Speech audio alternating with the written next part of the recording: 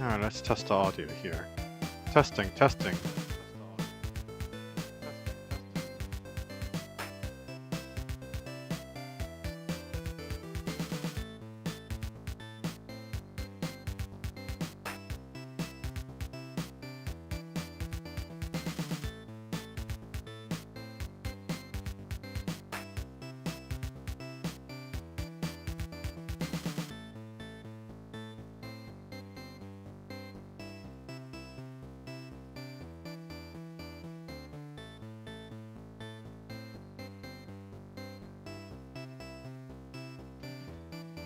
Alright, testing, testing.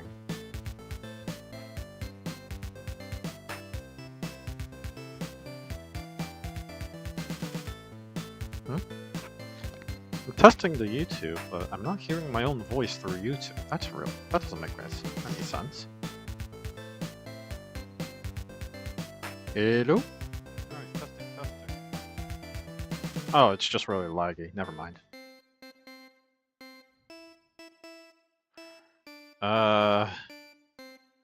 What to do?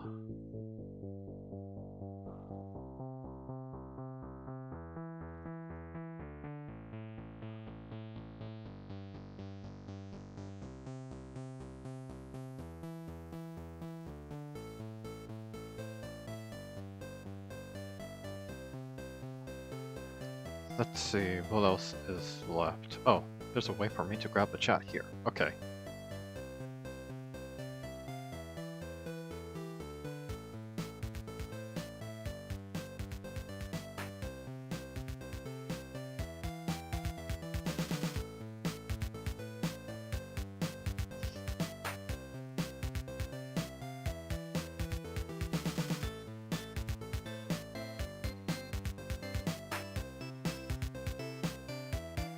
So,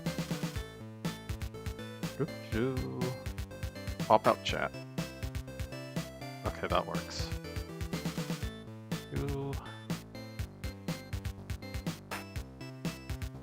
Nice and convenient window here. Drop that there. I want to pop out the Twitch chat too.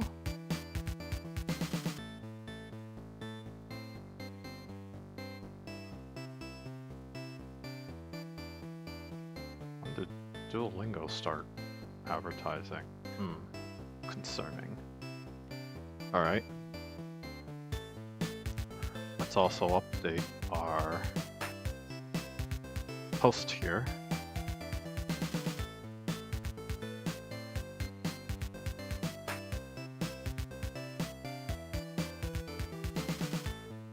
Oh.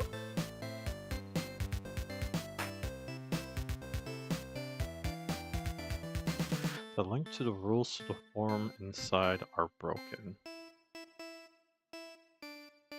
That is correct.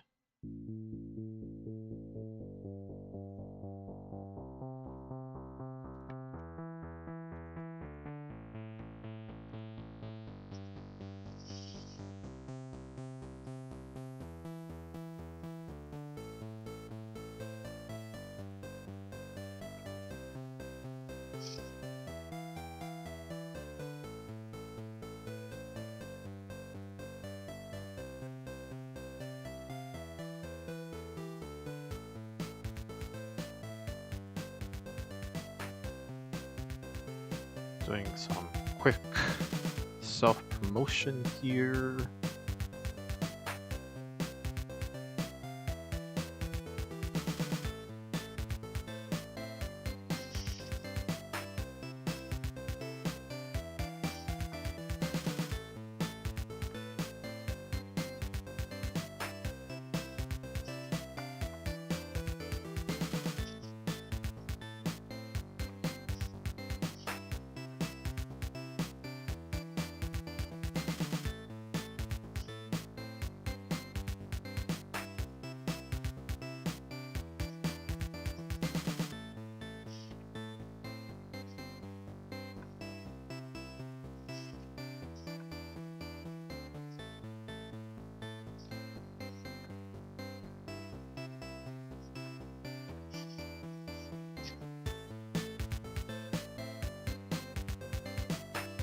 Alrighty.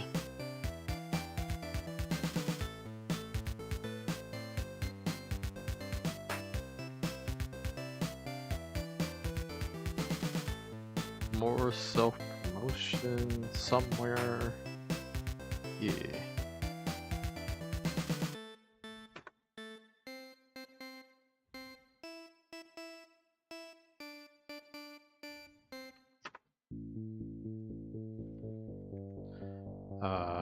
Make a new post.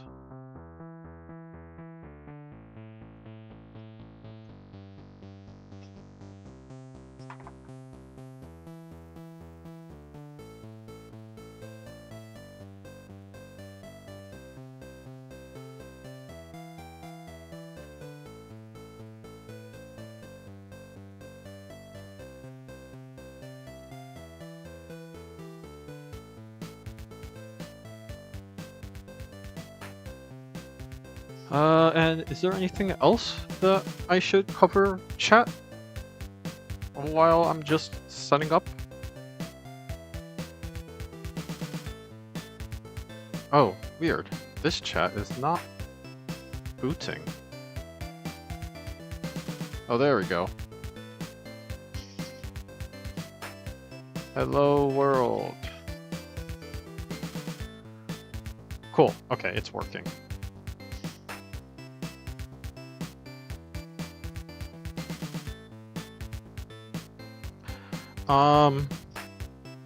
Well, I'm ready to get started. Oh, that's so awkward. I don't like that, I'm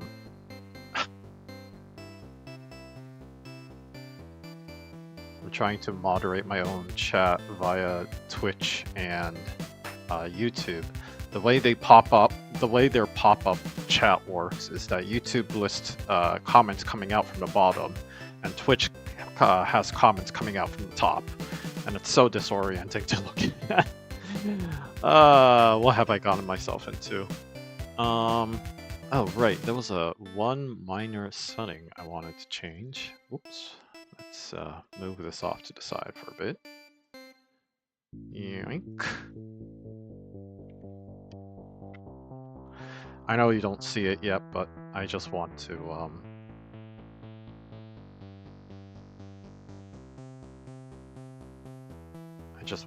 set this up correctly. Okay. I think that should work. And then let's make a dedicated Ludum Dare folder.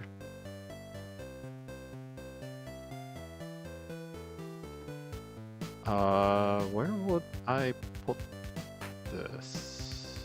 I could put this under... Yeah, let's take a look. Hello to Zidane.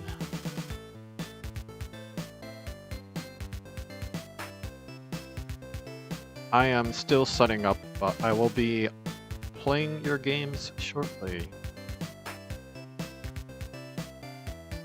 Oh, is it here?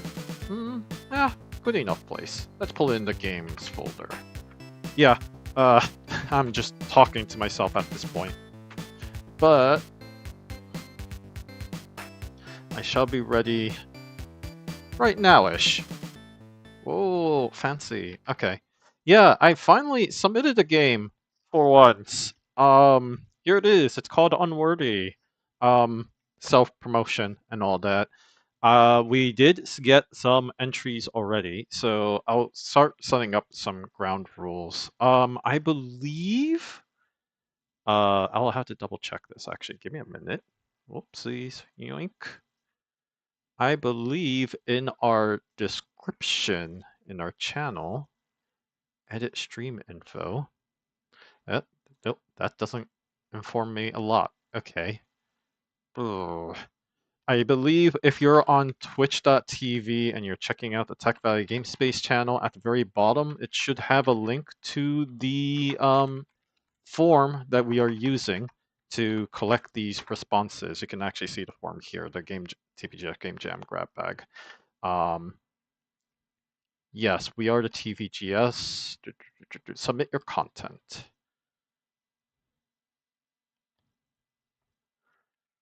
Yeah, okay. So it's under the category, it's under the column submit your content exclamation point. So I believe also if you try to type in submit, all right, we did not set that bot up. I'm sorry. Well, that didn't help in any single way. Um, but yeah, that's our method of retrieving and populating each of these forms. We do prioritize on people who are watching the stream over what is entered in. If there are multiple people watching, then we go by order. So basically, whoever entered first gets a higher priority. Or whoever is watching gets the highest priority, followed by whoever entered first. Um, and we already have one user in here. We have Forik Nairobi and I'm wait, where did Zidane Banan go? Are you still here?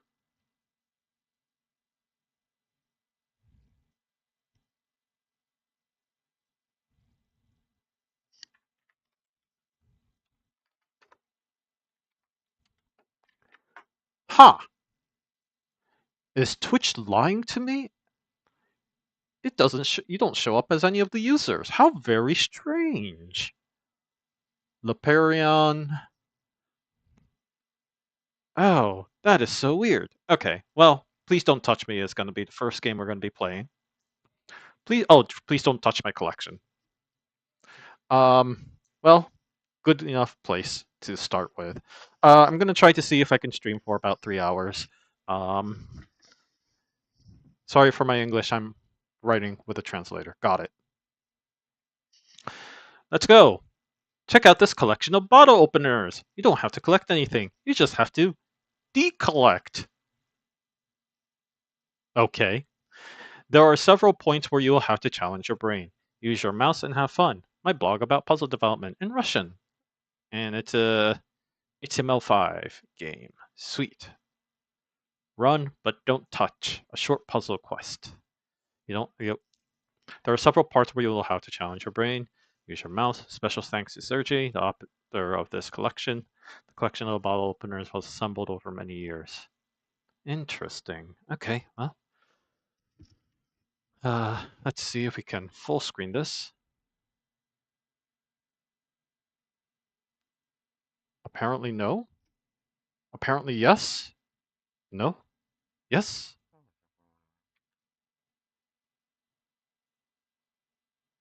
Wow. It is very glitchy.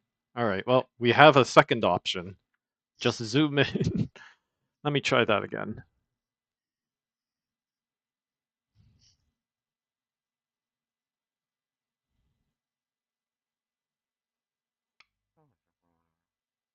It may also just be my browser, to be completely honest.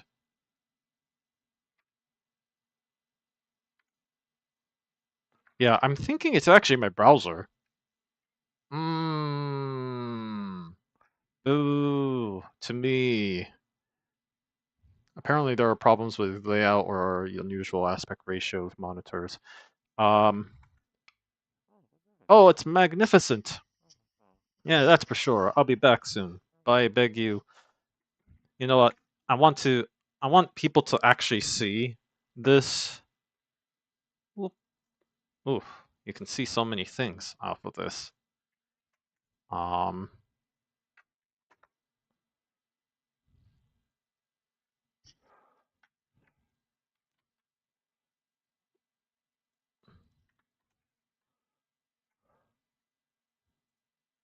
okay, there we go.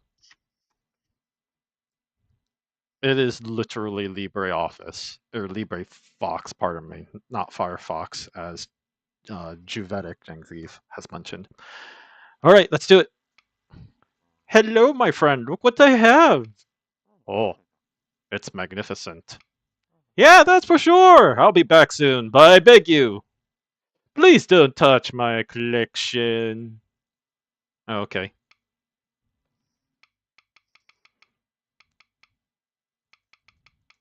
Well, we shouldn't touch anything. Ah, well, who are we kidding?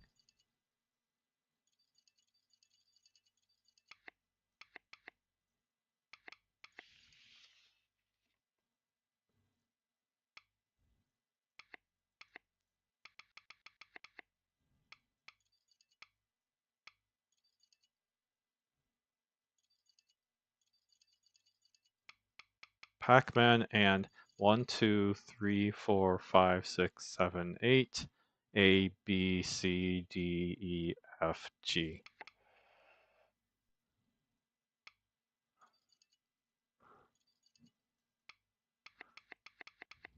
There is another 8 and A, and then an 8 and A, B, C, D, E, F.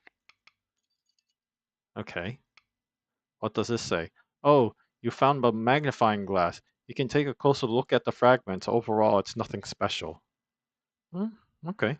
Well, there's a razor blade right there. Kind of important. Mm-hmm. Oh, there's a pen. Well, we knocked out a bunch of these things, so I think the clue is that we're supposed to be looking at each of these shelves. Hmm.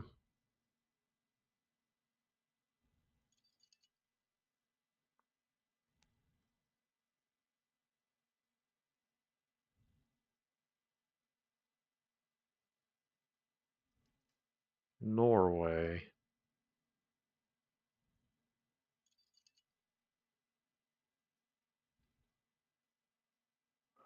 Okay. I'm trying to figure out what I'm doing.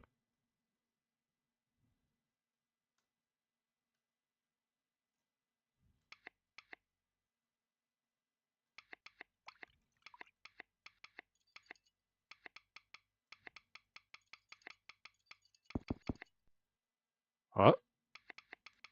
Why? Owl car?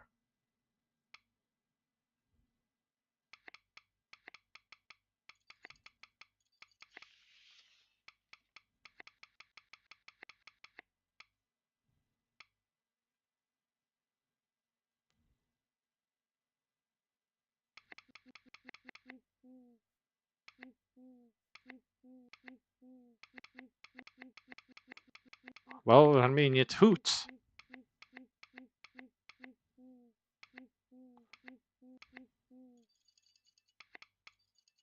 Guitar Pants Life Ring. Guitar Pants Life Ring.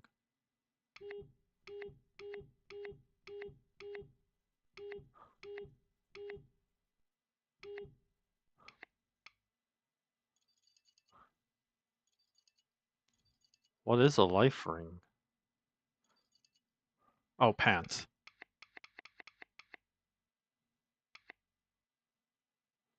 Hmm. If there is a guitar, we probably already knocked it out.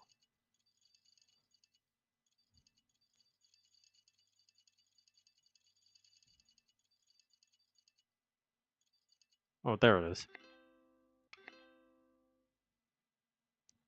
Guitar, pants,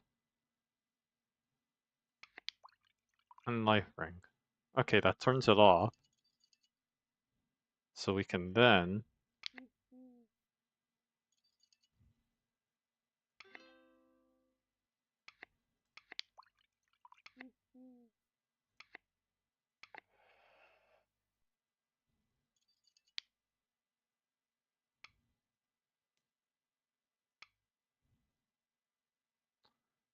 Uh, interesting. 5, so 1, 2, 3, 4, 5. 1, 2, 3, 4. Wait, 1, 2, 3, 4, 5. 1, 2, 3, 4. Okay.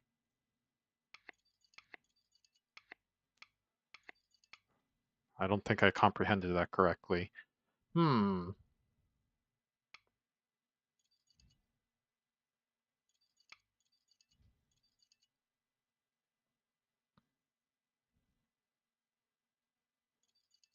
Maybe I should look for a hand. Okay, there's a hand right here. And it goes like this.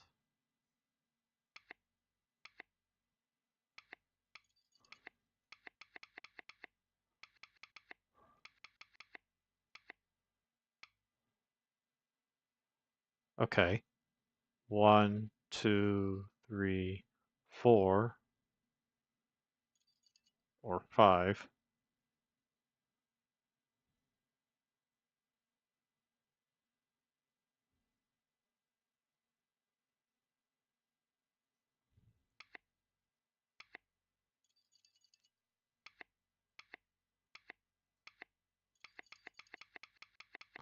R. R? Okay, keyboard does nothing. R. C.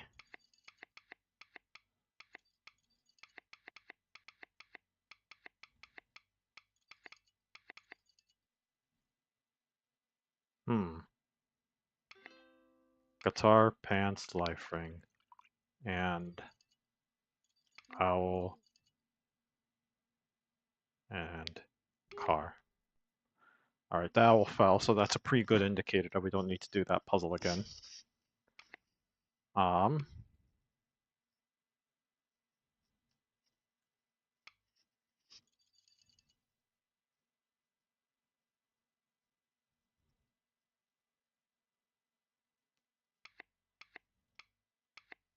See, I think that's what I'm supposed to do. I've already knocked out these out, so 1, 2, 3, 4. Yeah, I've already knocked those out, so that's not relevant. Um, hmm.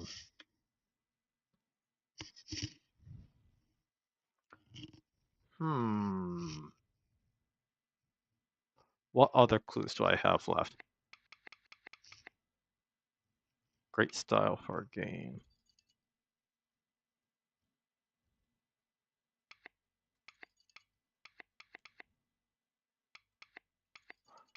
We already saw R. We already saw C.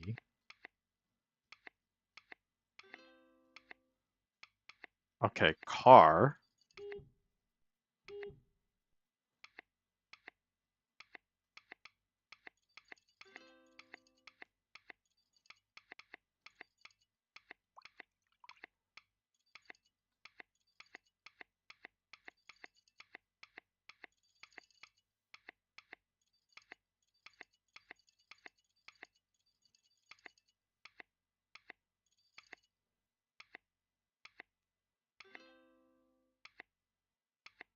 A, C, R.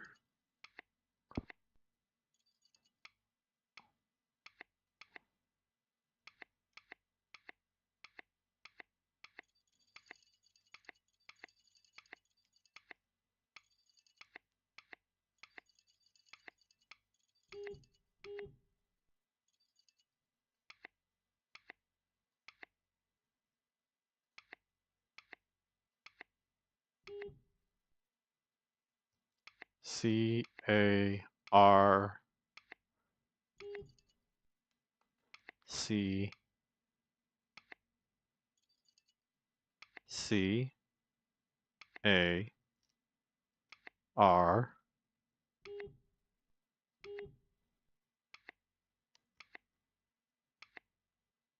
Hmm. Maybe I'm missing a letter.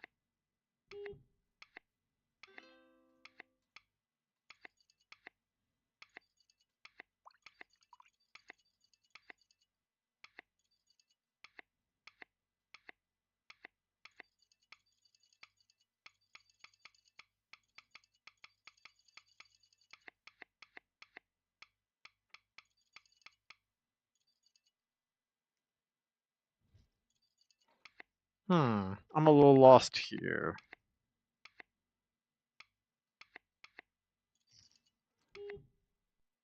Maybe I've overdid it.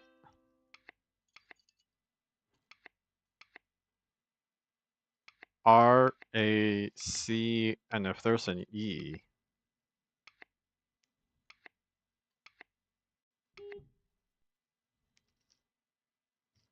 Hmm. These are always difficult to design because you're kind of left with the players figuring out, guessing like what they have to do. Oh,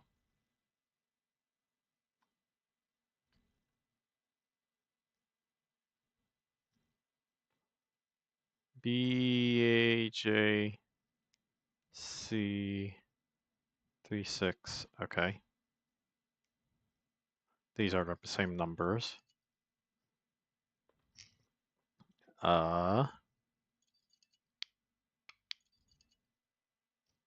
Okay, it always just snaps to the whatever location. 4G27851 6.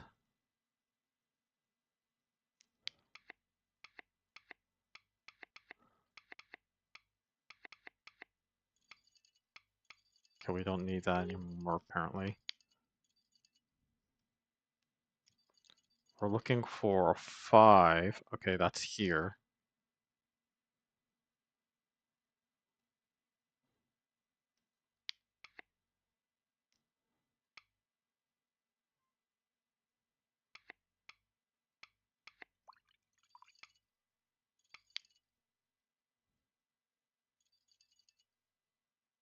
Oh, 4 is here.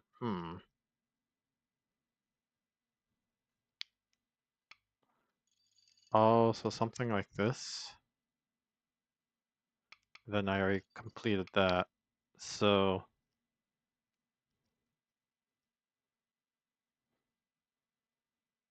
C A. I don't see an R.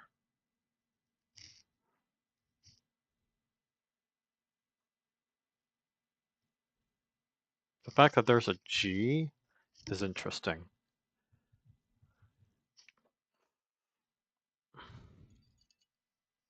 A lowercase g at that.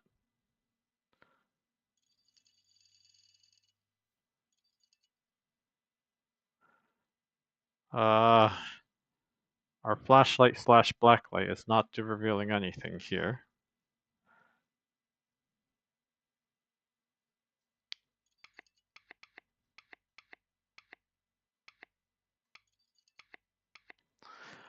One small criticism, it's a nitpick. The sound effects gets a little repetitive, because they play the same tone over and over again.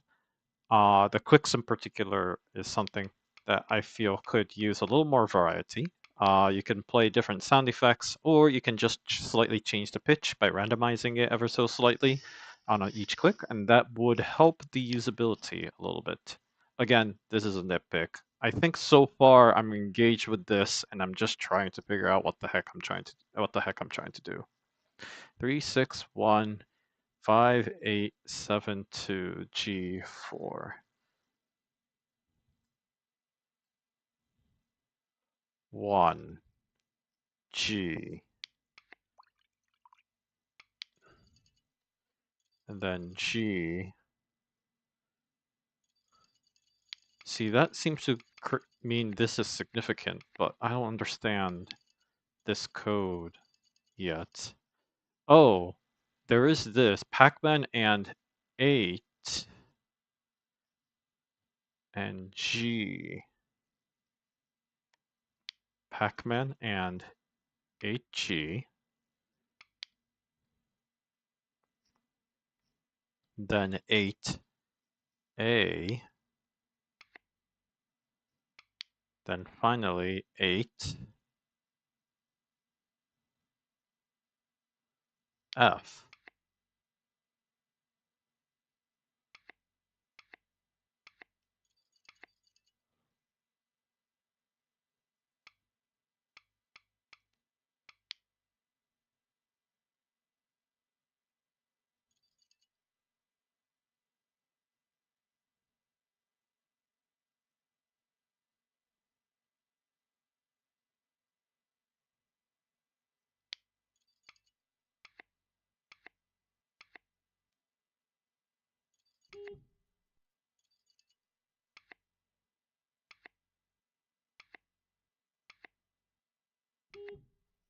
Hmm.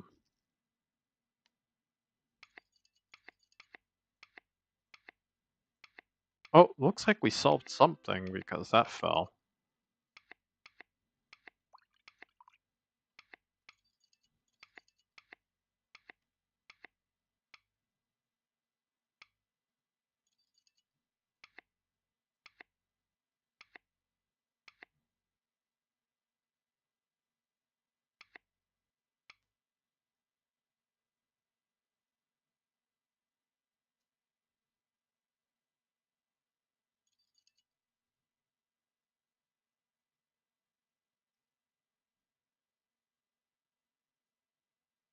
Hmm.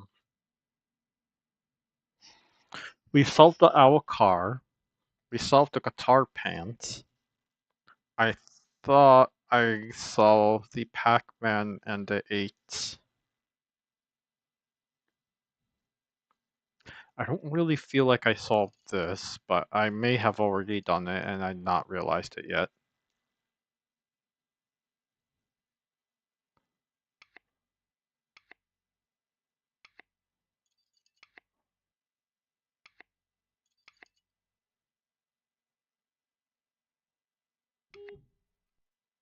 Hmm. Is there a little clue? No. It just has a source code. Okay. Unless I check the oops.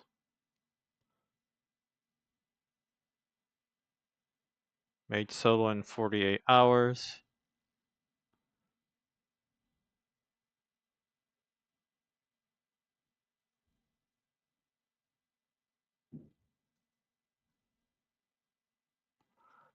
Oh, what's this?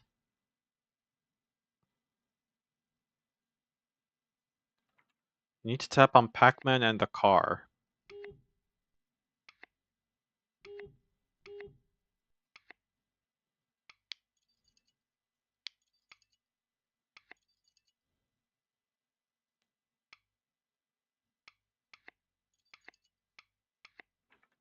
The screenshot gives a clue here that we're supposed to be tapping.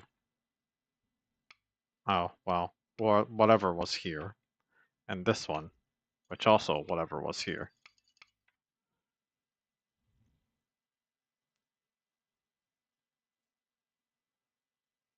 Okay, okay, that's interesting. Looks like we skipped a few things.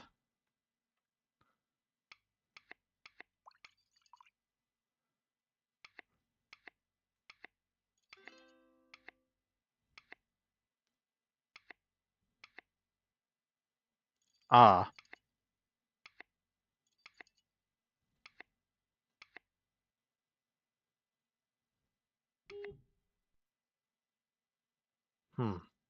Pac-Man and car. Okay, I see. So this, 1, 2, 3.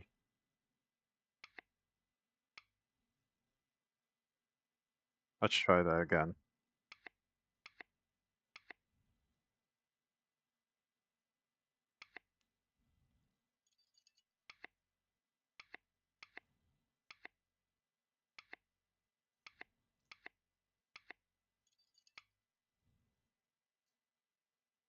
Hmm.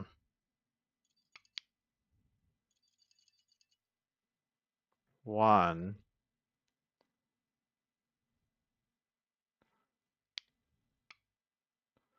Okay, 1, 2, 3. 4, 5. Red starts first, ends with seal, then the keys.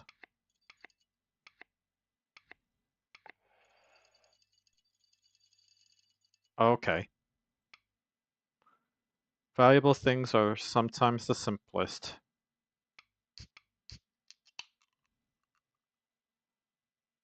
Thanks for playing. Special thanks to Sergei Shestopalov, the author of this collection. This collection of bottle openers was assembled over many years. Neat. Oh, that's cute. Yeah, okay. I didn't grasp the ampersand symbol at all, so that was on me. That was cute. Oh.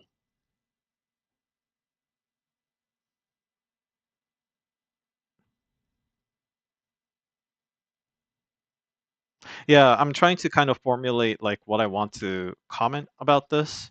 I did like it. We did create a policy for ourselves, or maybe we don't want to rate online at the same time. So I will probably do this in a separate uh, tab, separate window actually. But in the meantime, I do want to address like what my thoughts were with this game because I thought it was actually pretty good. Um, you know, I like how you started with the reverse psychology of please don't touch anything, and the game is all about touching everything.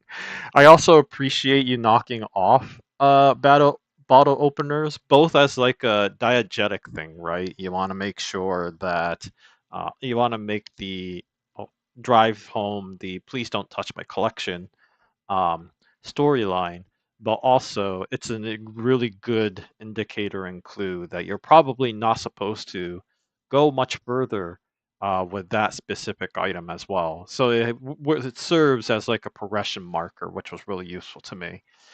Um,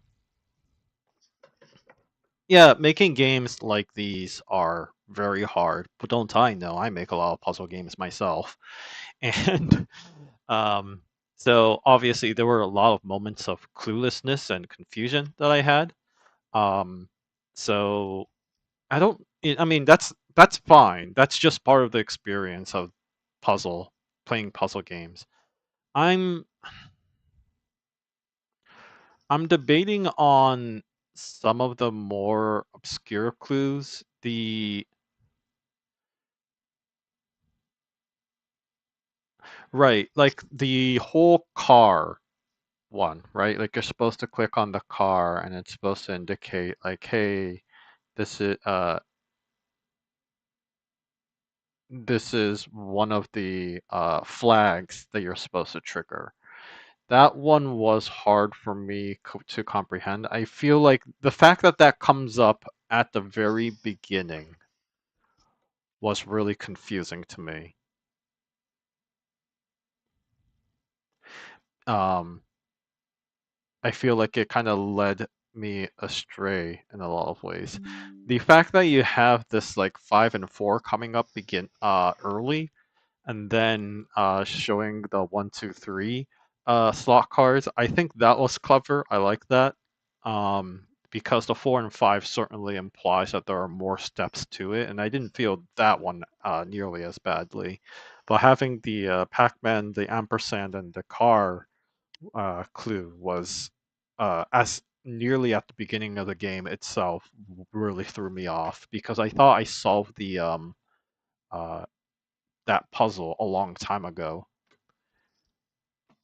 That's kind of the biggest problem, right? I feel like with this game, it's hard to tell if from one perspective whether I have solved the clue or not. It might be really useful if, for example, the clue fell off the wall when the user has solved it, just as the rest of the collection has also fell off the wall as well. Um, it's really just like providing coming up with a visual language. Now the hints are not displayed linearly. Perhaps they should have been presented one at a time. Yeah, I would think that's a good idea as well. Um,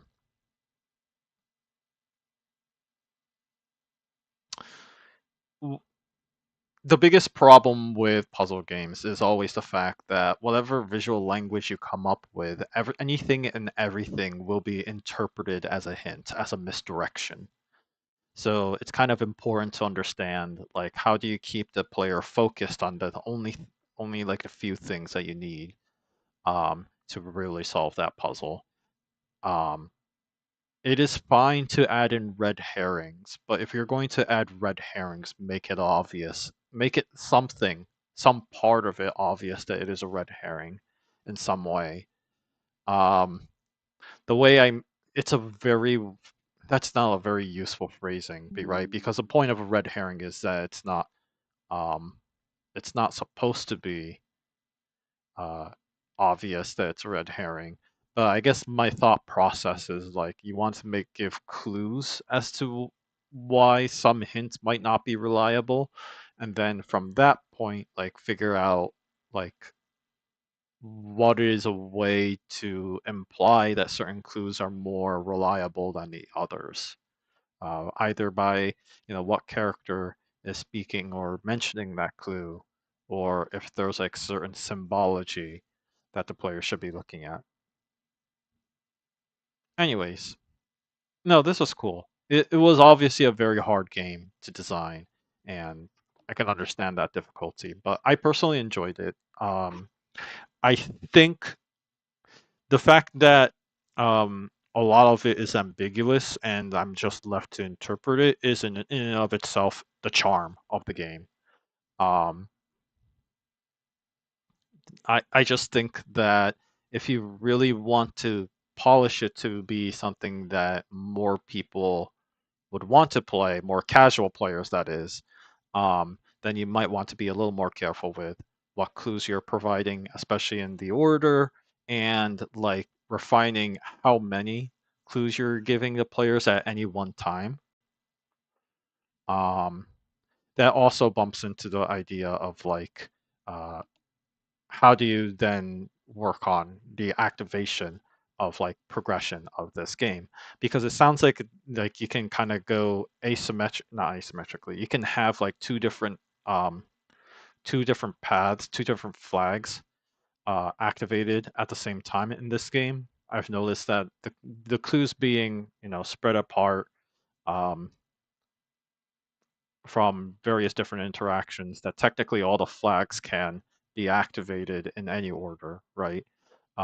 You may want to focus that instead to be slightly more linear, so that like you have to trigger flag 1 first before you trigger flag 2 and so forth.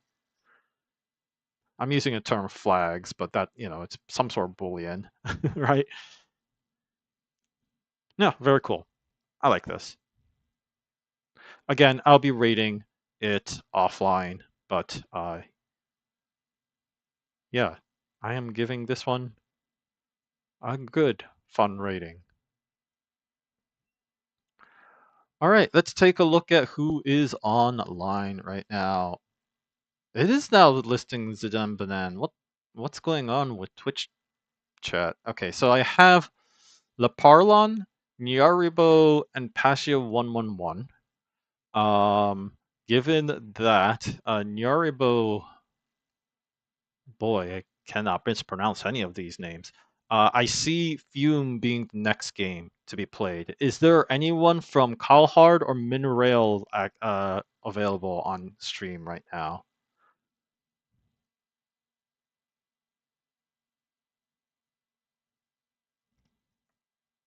If not, I'm gonna jump right to Fume.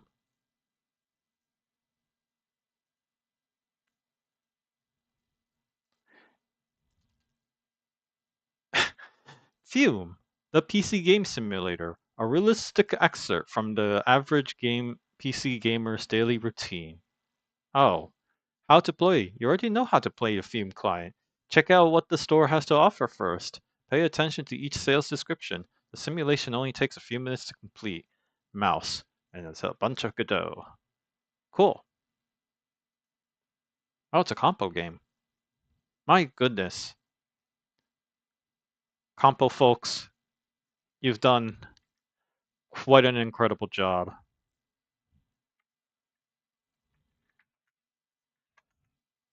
I believe the last game was also a compo game as well, so I should have given my compliments to that as well. I did uh I did choose to just do a jam instead. So yeah, I will stout. In fairness, I was trying to make a very, very complicated web game. So give me a little break. Oh,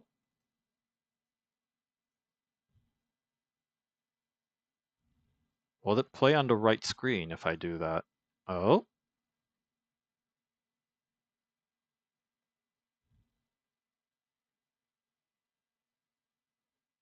well, okay. That is the screen. Cool.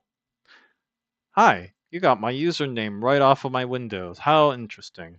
Collections. Society. You have been selected to take part in a closed beta test of the Fume Time Machine. If you're acquainted with the Fume story, you may skip to the lackluster autumn sales. Let's go to the autumn sales. Ludum Dare sale, on sale now. Okay. Hmm. Celebrating games originally made for Ludum Dare. Whatever this diary game is all about. We only got $5, 5% off. Okay. And what about Dark Soils? Oh, I can't click on any of these now.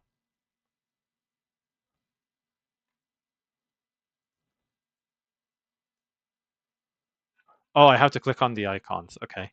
So this one, fine. Then Titan Soils. Image failed to load. Okay. Pony Continent. Helped Sweetie Bright recover the elements of the armory in this colorful adventure. Pony Continent is a short and sweet game about your little ponies originally made for Ludum Dare 31.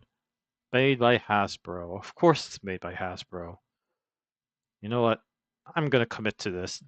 I need to commit to this important thing.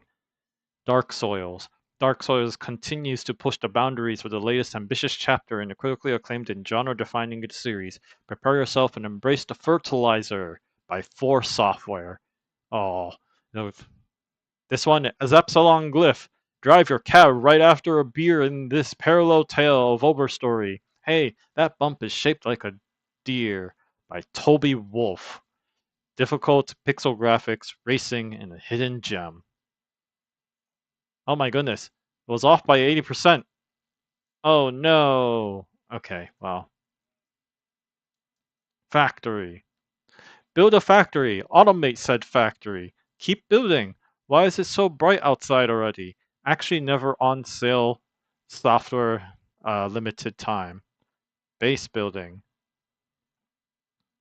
I'm actually good friends with Zach Barth. So,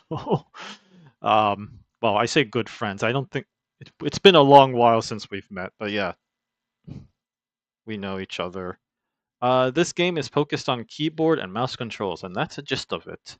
While the character can be moved around with the keyboard, the mouse can also be used. Collect 100 coins will unlock bonus content. Ah, Snowman! I always loved Snowman as a theme. I'm glad that the Ludum Dare theme lives on. It's a 2D platformer. Hungry Night, Milk Song. Discover a vast haunted kingdom in the Hungry Night Milk Song, the sequel to the critically acclaimed Ludum Dare title. Hungry Night. Hungry Night Milk Song features, oh come on, features double the map volume and double the damage. Team Apricot, adventure and platformer. Fantastic. Factorio did promise never to give discounts. Madeline helps Celeste survive her inner demons on her journey to the top of Madeline Mountain. This hidden indie game platformer from the creators of Madeline Classic. Pretty fun games. Oh, that's a good studio name. I like that. Indie platformer, difficult, soils light, and strawberries. Nuclear Explosion, a unique 2D platformer from the creators of Dead Phones. I'm not getting the reference of this one. Shallow Knight, platformer, story rich, exponential scaling. One Shrove. One Shrove is a surreal top down pancake baking simulator with a unique gameplay capabilities. The food critics know you exist. Present Cat. Indie, simulation, culinary, RPG creator. RPG. Okay, you got me there. Obviously a one shot. Um, knockoff. OTA 2. Done. Not a D. Welcome to the premiere of multiplayer misery simulator. Billions of players suffer every day in this cheaper alternative to crack cocaine. Now free to play with promo code Jenkins. Fire Lizard. MOBA. Multiplayer. That's not a Ludum Dare game. Pretend. An online and local party game of teamwork and betrayal for 4 to 15 players. White Square. Multiplayer. Early access. That hurts. Risk of precipitation. 3.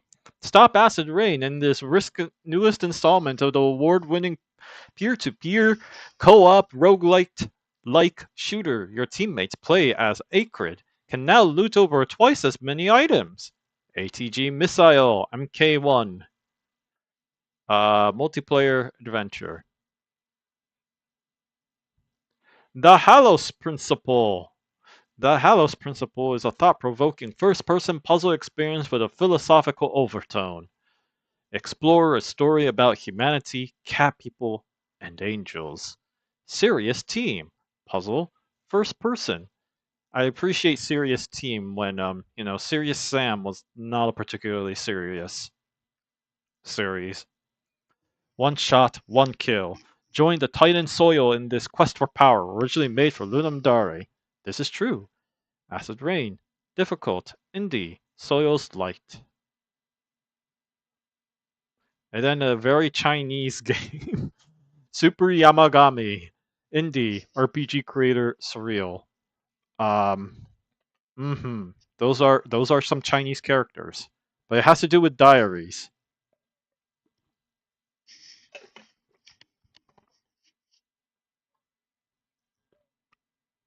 Doesn't look like this is ever going on sale, so let's put that one down. Dream Diary. Oh yeah, that's what I thought it was. Okay.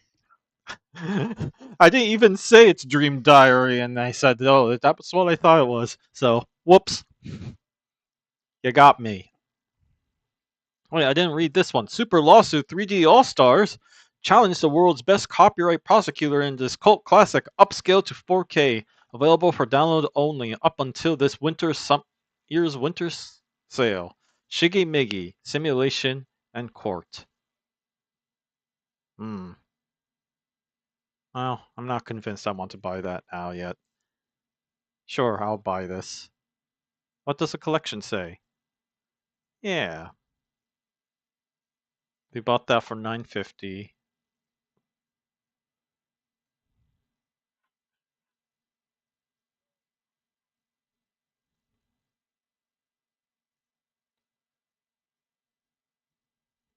I don't want to wait for 40 seconds. Too long. 33 seconds? Nah, too long.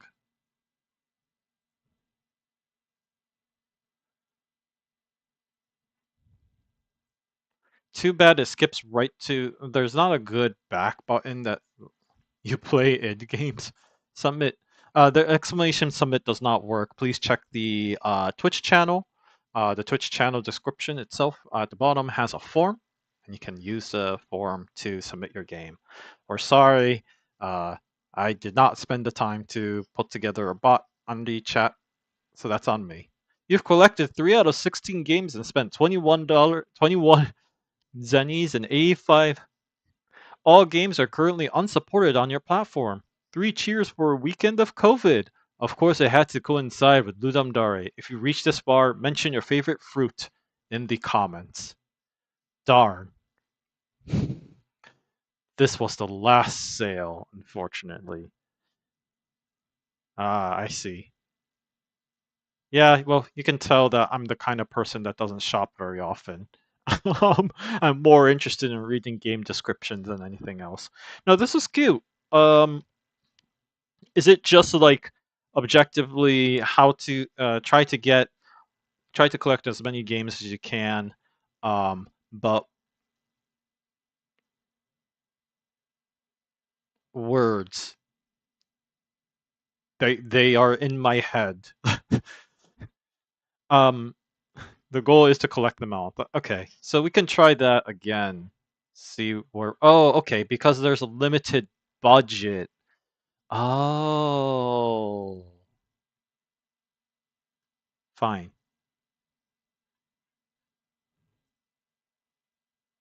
Hey, I'll take that.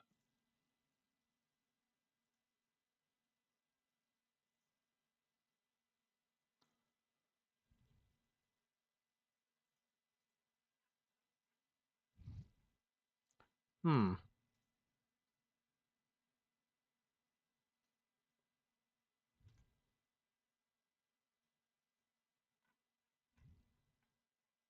I don't have any money though. Curious.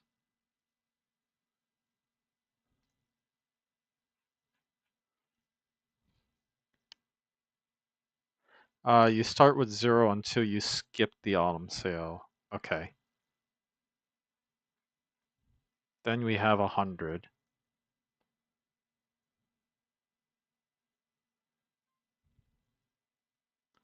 Oh, we gotta make sure we get Dark Soils 4. That's important. Absolutely the most important move he can make.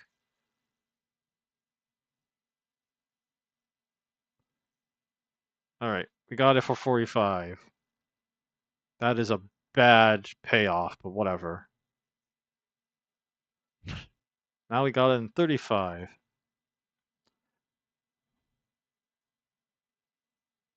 Never on sale.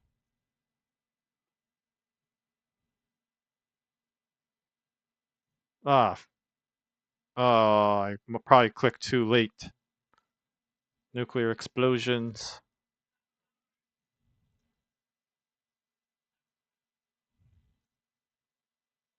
Well, we can always add that into our collection. Pony content. Gotta figure out how to milk my $11. Oof, that's not happening. Nope.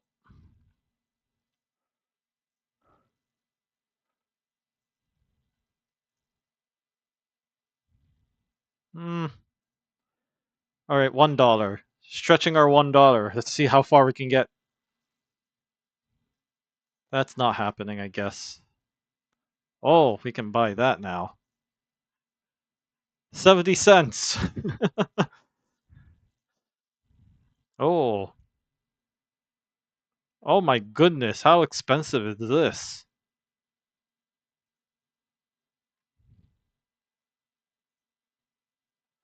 I'm not feeling particularly positive. Oh, groundbreaking sale. What? Nah. I think I'm happy with just these collection. You can tell because spent too much on the Hallows Principle. The probably Dark Soils was too expensive as well.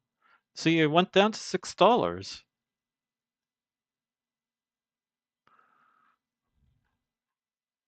It would have been nice to actually see the prices on the sales thing itself, but oh well.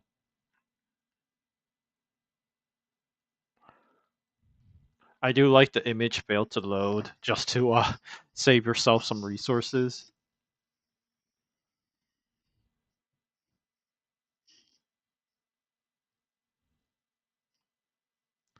Okay, so that was the choice. Interesting.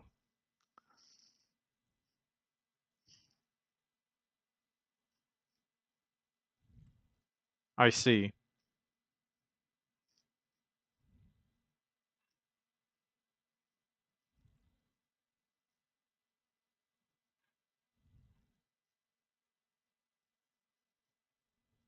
Hmm.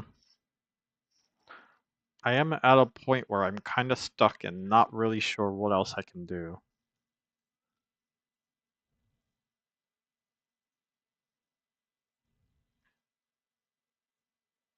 It'd be nice to have like a skip to the end button if you're just like, I'm done. I've bought what I can.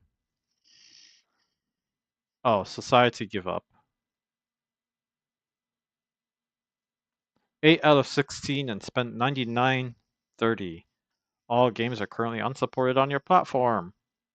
Okay. Um, I think I've played it enough that I can kind of give um my impressions for it. It's cute. I do like the comedy behind it and the fact that like, oh, you're just like giving $100, go have at it. That's interesting as a premise. I do like the fact that there's a little bit of a gambling aspect to it where you're trying to click as fast as you can as soon as percents go up. numbers go up. Um, I didn't feel like a lot of its presentation was as good as it could be. Um, the you know definitely a little bit of sound effects would have been nice. Um, I do like the descriptions though. That's brief. They were great. Um, what would be things that would make this game more interesting to me? Maybe it's just me, but I'm not exactly the biggest fan of like you start off with only $100 and you have to work with only that resource. It might have been nice to see that number slightly go up over time. Um, of course, the important part is there's still a time limit because you have one more sale. You do have a limited number of sales to go through, so that's kind of like an important thing. Also, that was the thing. I was not informed that there were a limited number of sales. I don't know if that's something like you want to put in some sort of metric to indicate that there's a time limit to the game. It will certainly make a person less likely to squat on a game, right? Um,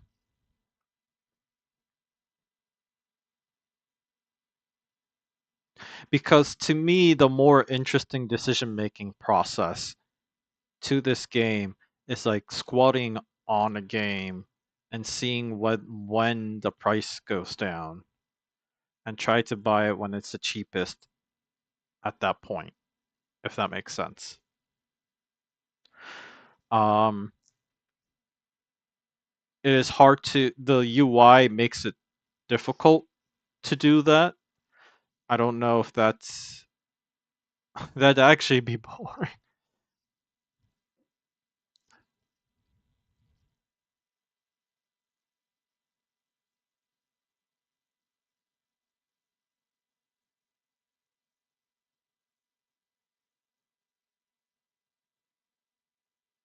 Where are you seeing like the fun factor of the game then, I guess? Um, because I thought the squatting part was kind of the more fun part, right? Uh, I wanted the trying to click the button at the right time. Try, uh, to me was the more interesting aspect of things, if that makes any sense.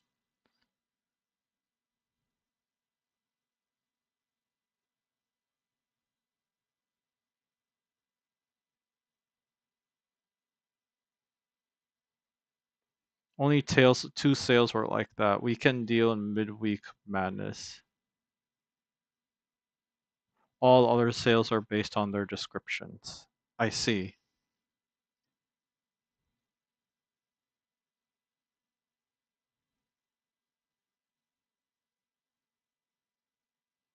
Hmm. The intent was to be a game of memory. Interesting. I guess I was not the best player to play that then, because I certainly was not entertained by that specific aspect of the game. That's taste. That's on me. Um, I don't know. Of course, there's also the question of do you want to make a fun game out of this, or is this really meant to be a parody or even a satire, whichever way direction you want to take it. So, um, I don't know. I'm probably overthinking this. You don't really have to take that part of the comment too seriously, to be honest. Um, I did I did like its presentation though. I did like its humor. I did like its descriptions. Um, the actual statistics and resource management part of it I was somewhat less fond of, although that could very much be a taste problem than anything else. But yeah, that's my opinion on that matter. Of course, feel free to take it or leave it. Um, I will plop this up on a separate window so that I remind myself to. Actually, I don't need to remind myself. I have a spreadsheet.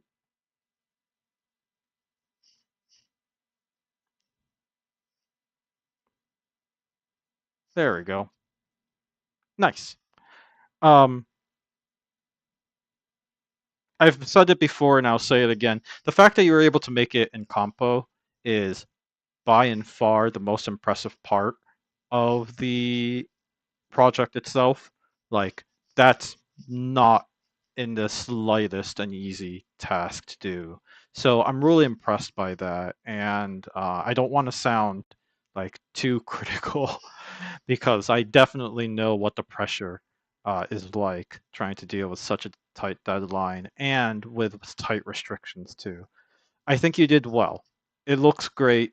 You know, the art is fine. You say like, oh, low quality art, but no, the art is fine. I mean that.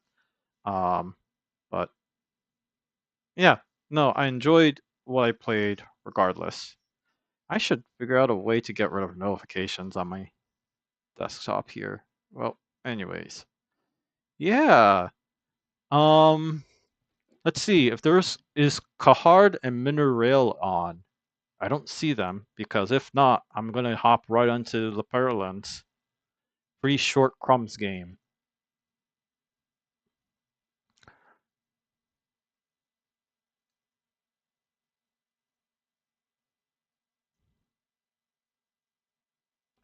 All right. Well, I'm not seeing any other quotes. Anybody else? So I'm gonna hop right onto crumbs. We are being collected. That this this hurts. Looking at this hurts so much. Full screen lets you read better. This game sends data all stays in your client. Hey, Godot, a game engine works. Why does Unity doesn't? Boo!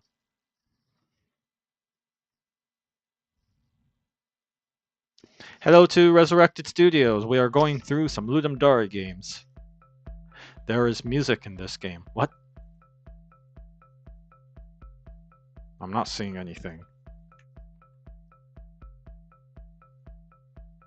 Ugh. Okay, Firefox is definitely no. It's not. It's definitely not Firefox. It must be their like LibreOffice shenanigans. Okay, we have an alternative to this. Um, it's called LinkedIn.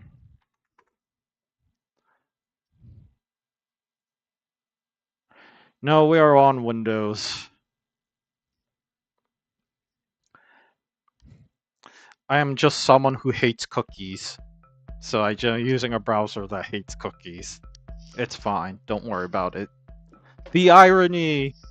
We value your privacy. We use cookies and similar technologies to personalize content, analyze traffic, and collect insights about how you interact with our game. By clicking accept all, you consent to use of all cookies. Now let's manage options. Uh, can I unclick these? Good, good, good, good. Don't need any of these necessary cookies, don't need functional cookies, don't need analytics cookies, don't need existential cookies or emotional support cookies. Reject all. Reject. Reject. Reject. Reject. Reject. Reject. Reject. Reject. Reject. Reject. Oh no.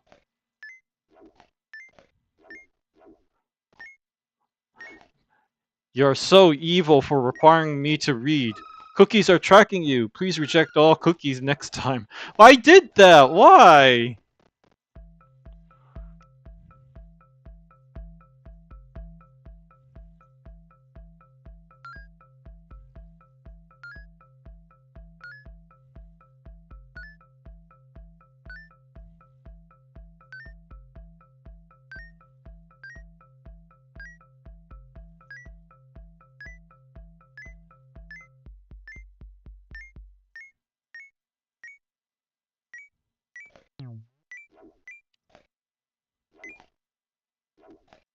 No.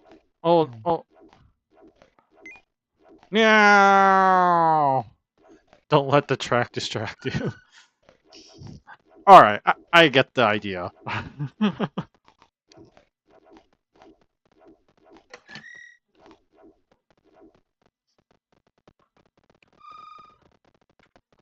I think that's it. Oh, the sound effects. Ooh,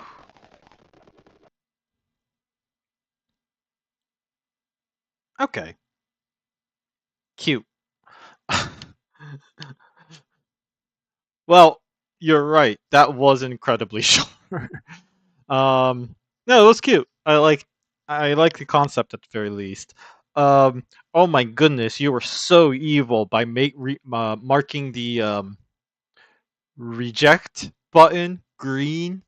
Oh my goodness, horrible, horrible, terrible trolling on me. Oh, so much emotional damage. I don't think I can take it. uh, um. I guess fundamentally it's a game about like timing and making sure that you're able to click the reject button consistently and well. It was actually funny that you kind of took advantage of the fact that I'm inclined to reject everything and it works well precisely for that reason. Actually I haven't tested. Yeah, seriously, what happens if I say accept all? Oh, okay.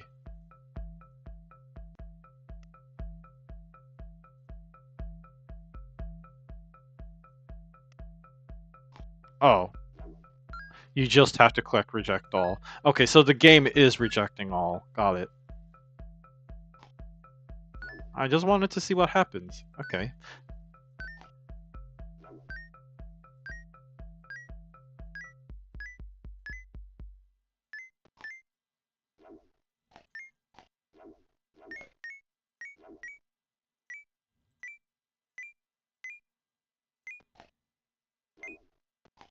Privacy, yay! What? Why? I guess I got enough. Did you notice that the data shows on your screen is real though? I did not notice that actually, but either way. That's a cute detail. I gotta give you credit for that.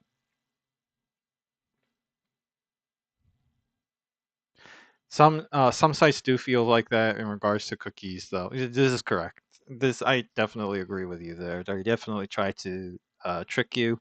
I believe whatever the EU law was, I haven't seen that come up nearly as often. So that's actually pretty impressive. Um, I'm surprised at time zone. Oh well, wait, that's because I'm using an Edge, of course. That explains everything. Privacy, yay! I guess I win. Neat. So it's not a score attack. Interesting. Interesting. Yay. I actually paid closer attention to what the heck I was doing. So, okay, we went through all potential paths that we could have. That's cool.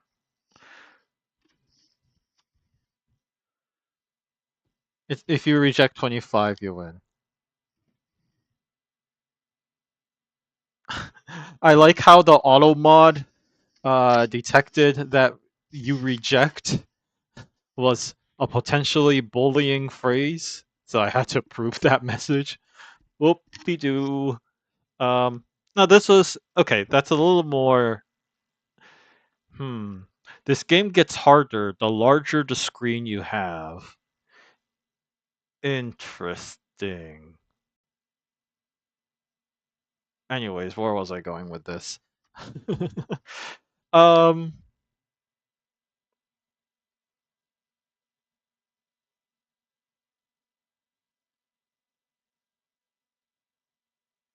So it took me a bit to realize that when the cookie jumps and then falls into the funnel, that is the time I have left before I have to hit the reject button. Um, the it's interesting to me because, like, from a UI design standpoint, when you're looking, like, the hierarchy of importance usually is that you're looking at either the action or you're paying close attention to what could be the biggest danger in the game. So I don't really pay a close attention to the fact that there's even animations going on. So that was like an interesting problem to deal with. Not that it's particularly useful for a comedy game like this, but I would have liked to see instead the progress bar being shown as part of the button, if that makes any sense. Um, so like the reject button or the accept button, both of them have like a meter, and they lose color over time, right? Or might, something like that. Um, so that'll help me indicate and make like a quick decision on which button should I prioritize um, over another. But that's just me. Um, I was I was complaining about how I didn't like the fact that the reject buttons can sometimes be green. That I was not being serious. I do think that's actually a cute and necessary, or that is a cute detail and was, really helped an immersion of the game. So I want to be clear. That was not intended to be like a criticism. That was just me being like, oh, I was just trolled. Oh, that's not fun. Being trolled. So don't worry about it. It's fine. From a mood perspective, I think that's brilliant. Um, let's see. Anything else that comes to mind? Um, I don't know why that last final session I had a lot more fun than the previous sessions. There's a it's the way the pacing of the game is presented. It gets overwhelming very quickly. Um,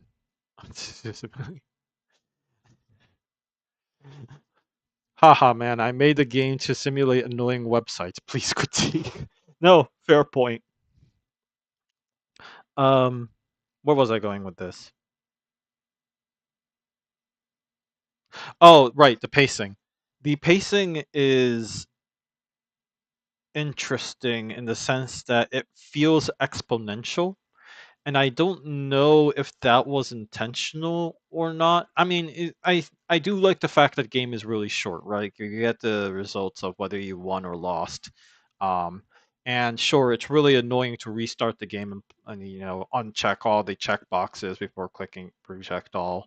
Actually, you can just click reject all. But anyways, um, I get that. I get that that was like the that's like was like a necessary presentation decision to make. Although it would have been nice if there was a simple restart where when you click on the restart button, it just flat out jumps you to, the reject button click mini game. Anyways, it would have been nicer if there was a point in the game where the accept, you have two accept buttons and two reject buttons, and you have to click both the reject buttons to be able to continue. Like, if you can give a clue to the player a little sooner and in a little safer state that, you know, these reject and accept dialogues can appear at the same time, would have been nicer to me, so that you can kind of acquaint the player to realizing the game is going to ramp up very, very quickly. It was just a surprise to me that, like, the screen would fill with accept and reject buttons all of a sudden. Um, I don't mind the fact that that is a thing that can happen in the game. To be clear, I just would have liked I would have liked a little smoother ramp off to that point in the game, if that makes sense. Just my opinion, though. Um, the first, and you can make like the first part of the game where it's kind of a little slow and the game is just kind of waiting for you to click on the reject button. Um, like you can make those ports, the first part of the game, a little faster as a consequence. The game is that the way the game is now, you're basically guaranteed a loss on first try. Not really ideal. I I don't necessarily think that forcing the player to lose at the beginning is necessarily a bad thing. Don't starve and don't starve together. Like you're guaranteed to lose the first time you play the game. Um, but like that first time of the first time you're playing those games, it's very intentionally designed to be like a learning moment for the player. One, you're going to die a lot in this game, but two, the darkness kills you. So, like, it's like, okay, this game is about preparation. I think, obviously, Crumbs is far simpler of a game, but in this case, to me, it is about preparation, at least in Don't Starve, that really compels me to play again because, like, I now know how to deal with that situation. So, if you're able to present something, make it feel like the player knows that there's a way to overcome the situation they're in. They just were not able to execute it because they didn't have the information at the time. Like if there was a way to present that, then I think you can deliberately make it hard at the beginning, um, to make it clear that yeah, this is going to be a skills game, um, and you're gonna have to get your knuckles cracking. I think it is possible. In other words, yeah, this was cute. I liked it.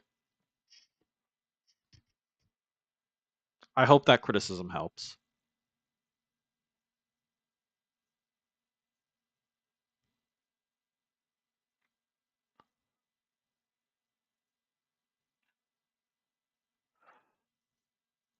All right.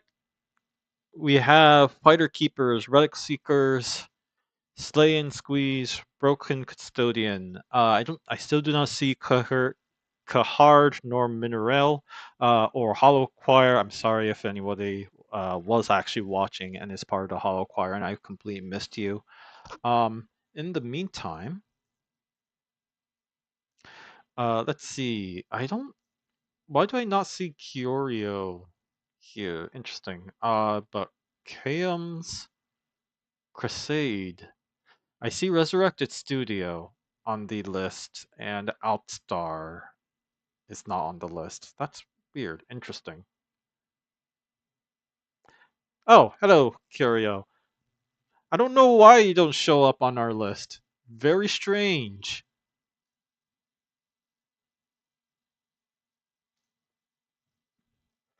Well, you are here, so I might as well get started on this. It is 4 o'clock in my time zone. Oh my goodness. What art? It's a jam game too. All right, let me quickly hydrate a little bit.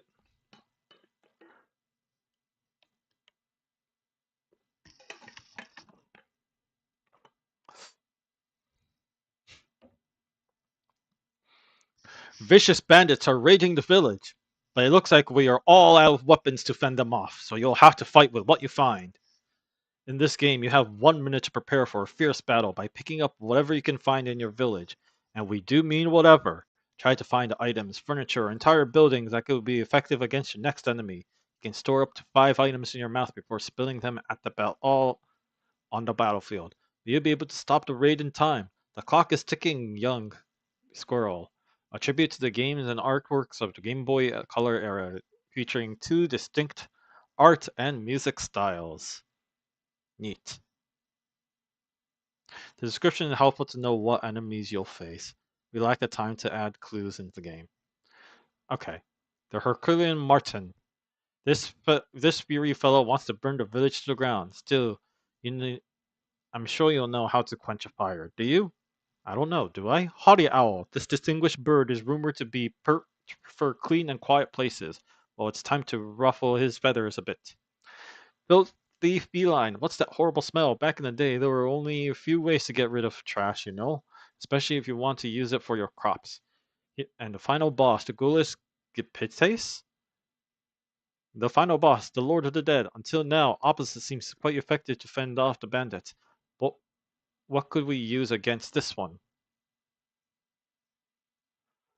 We recommend full screen.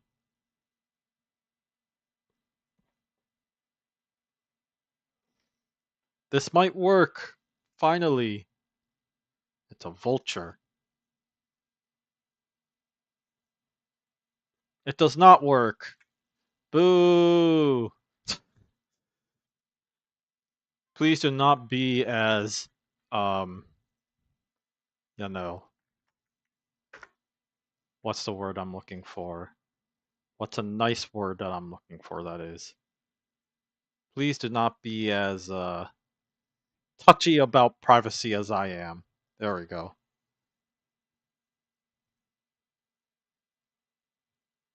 Alright, sweet. Credits! Helicule with the high-res art and UI. This is incredible art, by the way. Kyario with the programming and making stuff happen. No Trush has low-res art and UI, game design, and Olive in music and sound. Developed in 3 days for Ludum Dare. Nice. Alright, let's do it.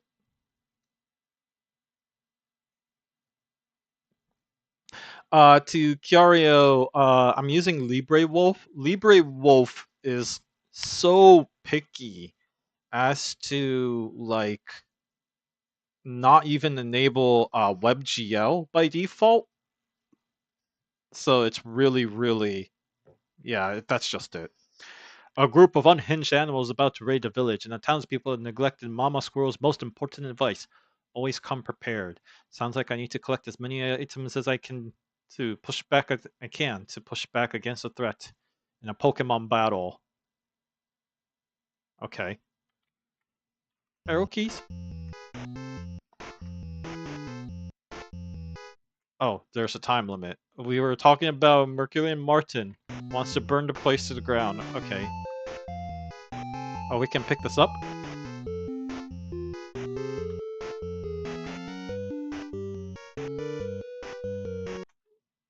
Is there controls here? Arrow keys to move or navigate, and spacebar to confirm.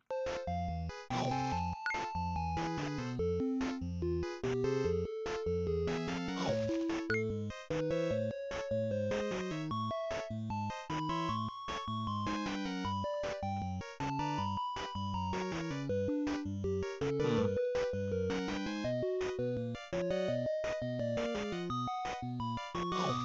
Oh, whoops. May not have been useful.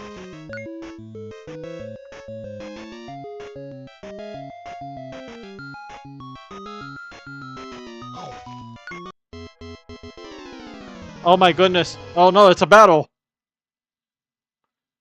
Oh, let me know if the audio is a little too loud for the game. Mercure Martin wants to fight. Hazelnuts. Take that. Damage in an unsaturated form. Okay, fountain.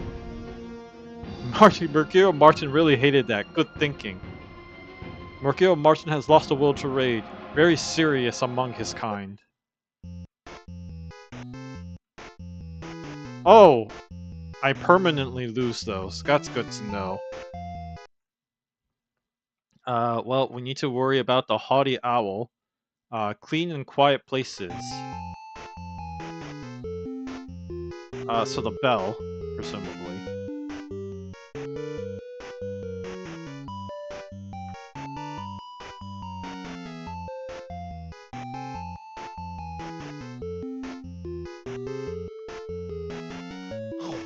Cool.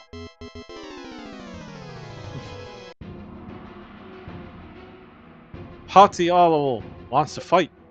Why do you want to fight? You know, we can chuck a bell at you.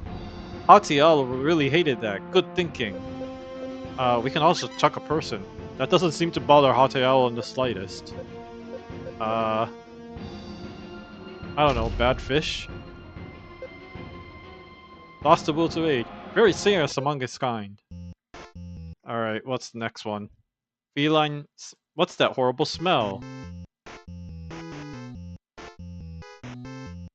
Well, we had a fish on us, so that's a good first place to start. Ooh, the door is a little hard to go through.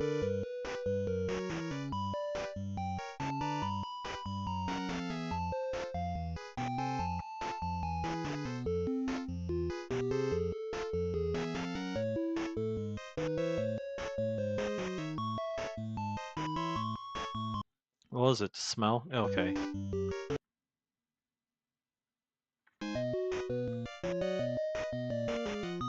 Oh, is that trash? Does that work?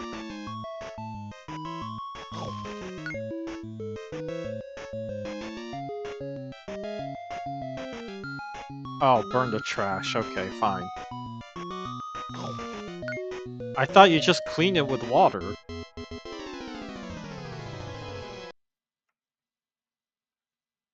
Oh, there's a little bit of a delay there. The audio came first.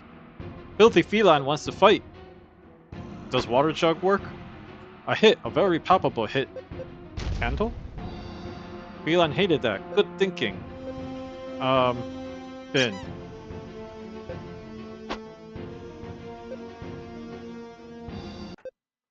Feline. Okay, and then the final boss we have no idea.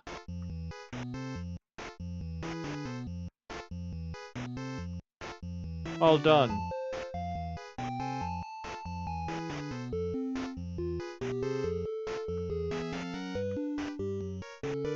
Oh, I see.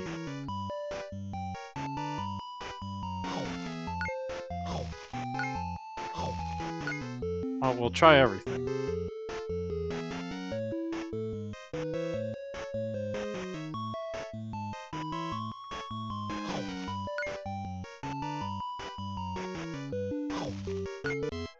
Alright, cool.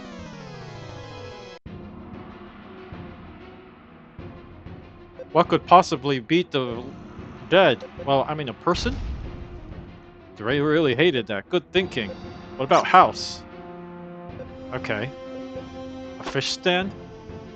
Okay. Veggies? Victory! You defeated the enemy. The village is safe for now, although the townspeople noticed some changes. Indeed.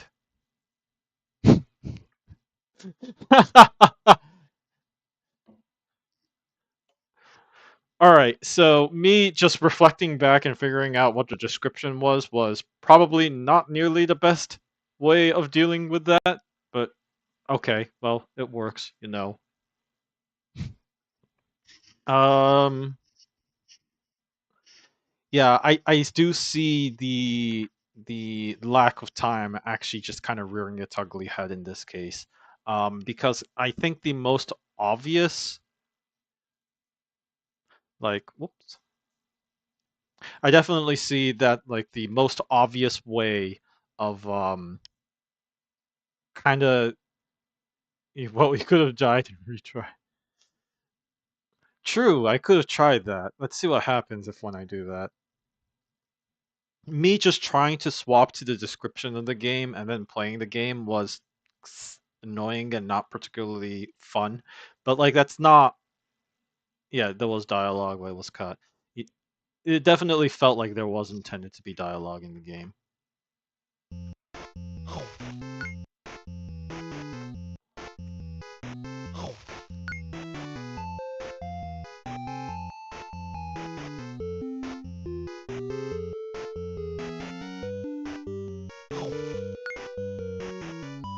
Uh,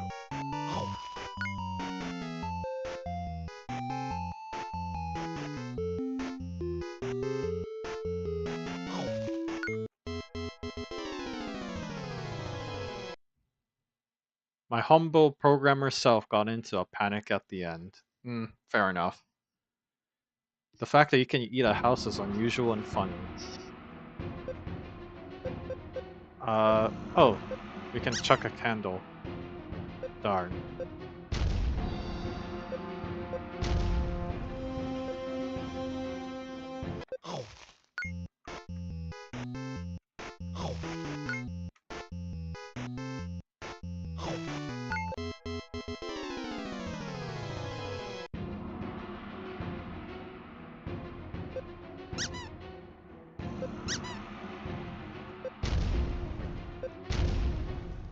Why does Haughty Owl hate books?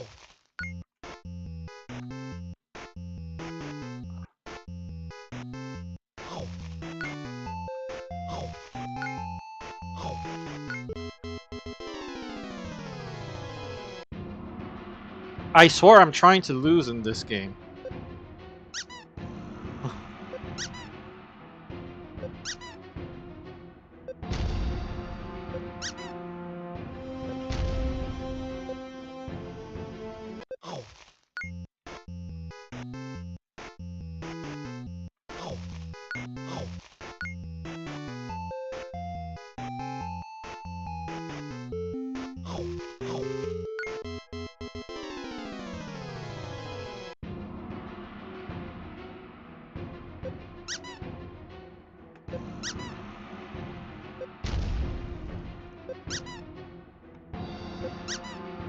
Hazelnuts makes it hard to lose.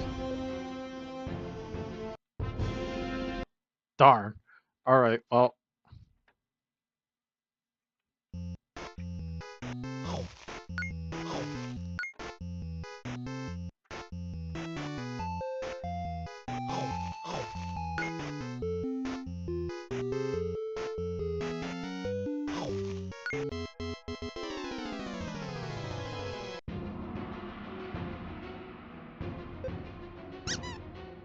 Alright, barrel does nothing. Tree does nothing. Barrel does nothing. I don't know why Mercurial Martin hates rocks.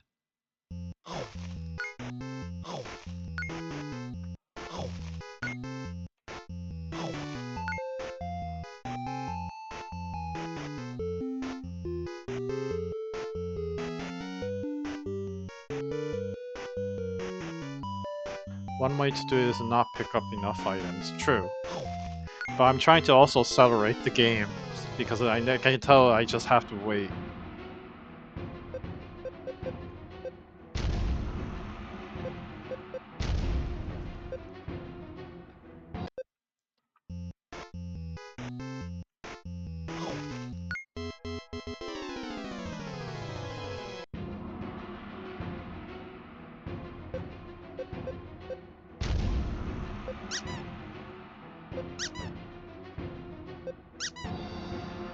Yeah, I should have used all the hazelnuts at the beginning.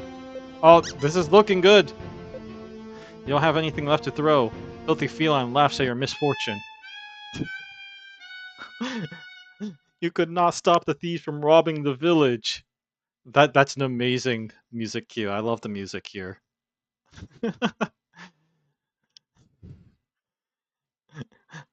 The smelly feline has really robbed the village. Darn. Very serious. Needs needs to be solved. Yeah, this is cute. I liked it. Um, the aforementioned like switching between the guides and the game was kind of uh annoying to me. Like the right now the townsfolk are just props, and it sounds like you wanted to add in dialogue to kind of imply what the next villain was going to be and how you'd want to deal with it. Makes sense. The use of Pokemon as a format, we made everything during the jam. While I did reuse some of the code. The concept of using Pokemon as sort of like this uh, opportunity to do like a knowledge check, right? On, oh, you're given some clues about your monster, and then you know you puzzle your way out of it by throwing stuff back. Like, I think that's clever, and I do like that specific aspect of the game. Um, Certainly, while playing it, I felt like pretty smart. I do think the hazelnuts was a little overpowered. You gave only two, and there are only four bosses. Um, so I think the intent behind the hazelnuts was like you can defeat one boss with it, but certain the it might have helped if there was like an easy, or there was like a difficulty mode where you can control how many hazelnuts that you had. I certainly thought that they kind of dampered and took away from the fact that I needed to, figure out how to deal with the elements of the game and be able to utilize it, because like the strength of these JRPGs is like they're puzzle games, right? You're trying to solve the boss in a way. Um, I did think the art was incredible. It's fantastic work, both when you're in pixelated mode and when you're in battle mode, and you have these really, really beautiful, beautiful watercolors. My friend wants he there to only be one nut, but yeah, we made it easier. Makes sense. And then what else was I thinking? Um, the music. I obviously thought that was funny. The music is great. It's a little too serious, but I guess that comical seriousness makes it so great from the beginning. So I'm okay with that too. Um, Fighters Keepers title's fine. Um,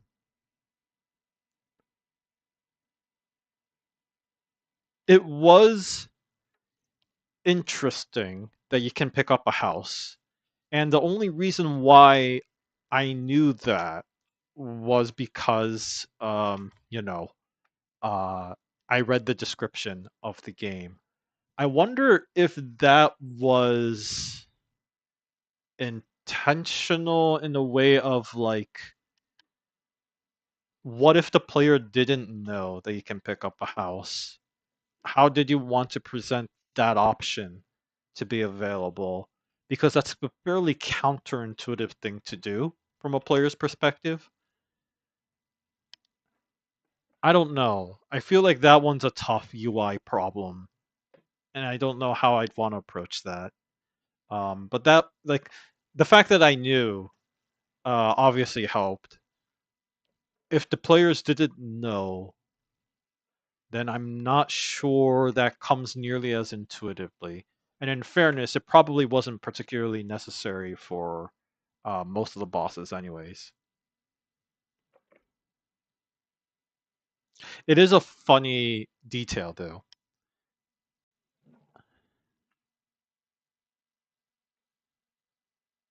Ah, you meant it as a surprise. I see. Fair enough. Yeah, no, it was cool. I liked it. Uh, Presentation is incredible. Um, Mostly the controls were pretty intuitive, and I did like the puzzle solving aspect of things. Very cool.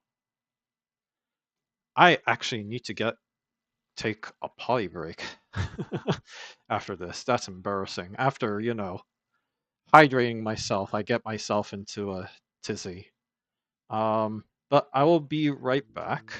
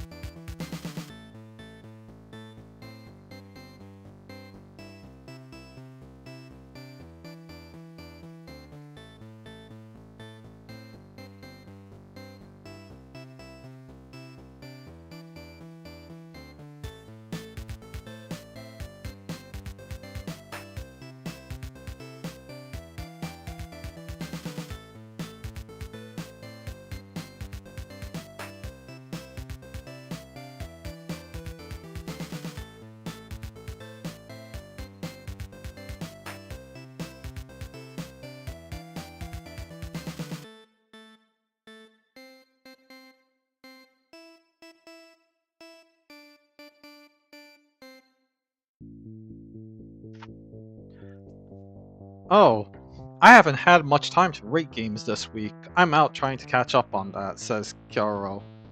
And yeah, me too. I have midterms coming up, so I have a lot to study, unfortunately. But yeah, I'm pretty much in the same boat in that sense. Alright, let's see if anyone else is on the chat. Oh, we have the Karam's Crusade, Resurrected Studios, Outstar, and Sikatil? But yeah, no, let me know if K Rum's Crusade is on. Otherwise, I'll be jumping right to Resurrected Studios, Slay and Squeeze. Hi, Resurrected Studio. Kiara needs to go to bed. Thanks again, they say.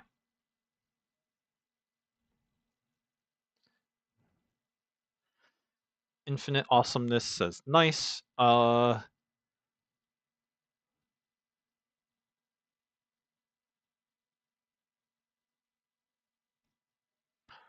If not, I'm gonna jump right to first time chat. Yeah, I'm gonna jump right to Resurrected Studio then. And at this point, I'm kind of learning my lesson. Yeah, this is an itch.io game, so I'm kind of learning my lesson that I should just run these on a web, less, uh, you know, whatever this browser is not. Welcome to Slay and Squeeze, a solo creation forged in 72 hours. My goodness, well, high five to you, because I did the same thing. But built with Construct 3 engine. My goodness, how similar are we? My main challenge this time, designing and balancing a skill tree system. And I think I actually pulled it off. Oof. Controls. Left click to attack. Hold the left click to collect. Tap on the mobile to attack. Hold the mobile to collect. Game tips. I just added mine to the Google form. Got it. There is a sound when you need to collect. Play in full screen for the best experience. You use Construct 3, Figma, Audacity, Zapsplat. Interesting. Ableton Live. I will have to find out what Zapsplat is. Solo creation about skill trees. Oh my goodness. Hello, slime juice collector. This here is a slime. Tap the slime to kill it. No!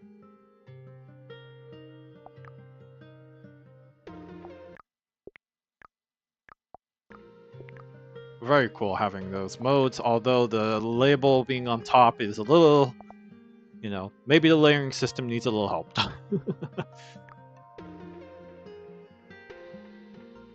No, Undertale has taught me so many things. Oh, you have to click on it.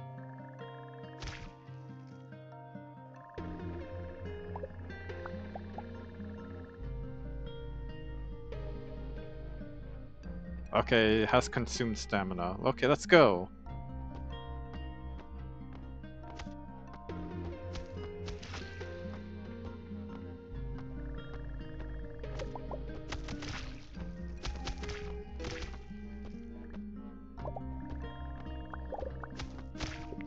You're out of stamina. To upgrade. Okay, so we can increment stamina that way. Or we can go collect slime. Let's go collect slime.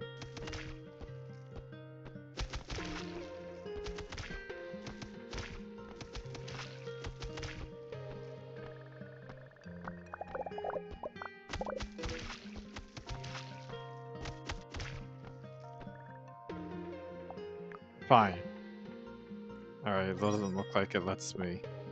Okay, that's a skill tree. Collect range increase. Unlock red. Ooh, what does unlock red do? I want to unlock red. 25 of blue.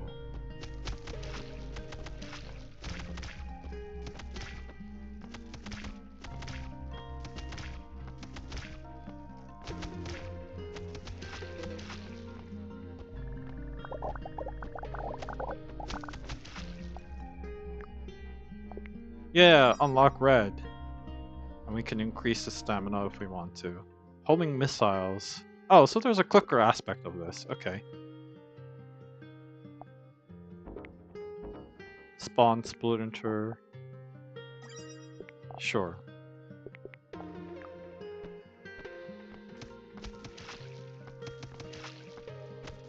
Red.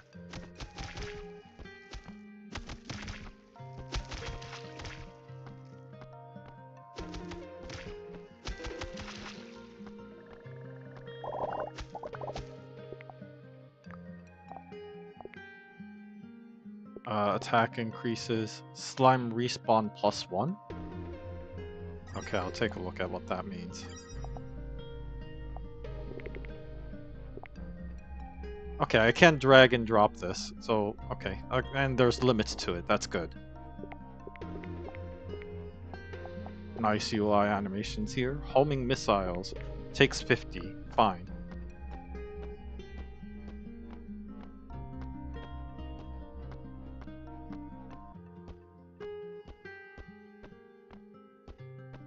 I guess I can just wait and see what happens.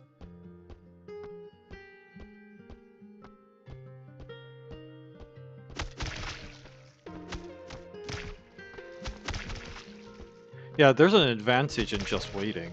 Interesting. That's an interesting design decision there.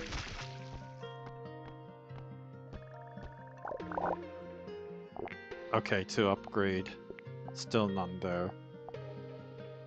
Collection range. Nah, I'm collecting slimes. I'm just gonna keep waiting.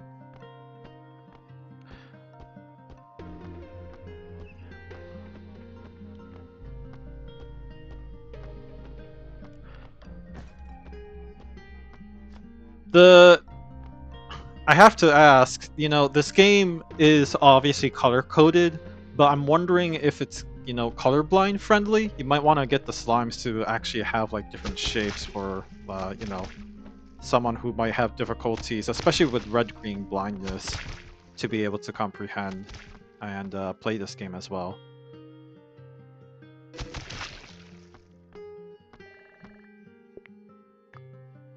Oh, what? That didn't collect anything?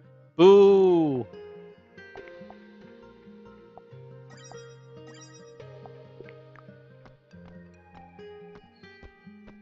I just added mine. Oh no, that I already saw that.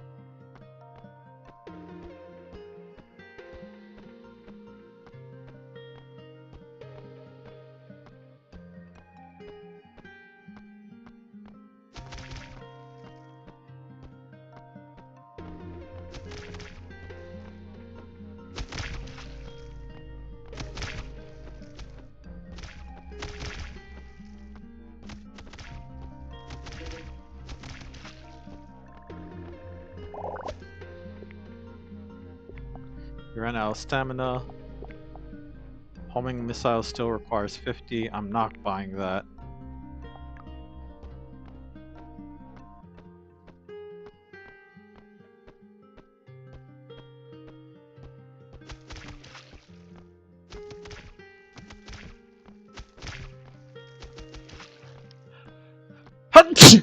Pardon me. Oh.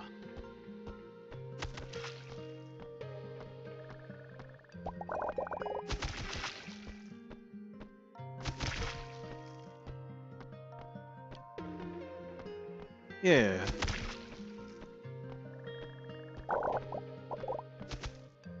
Alright.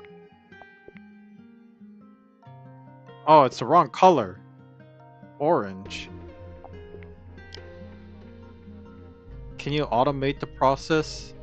I'm looking to find a way to automate it.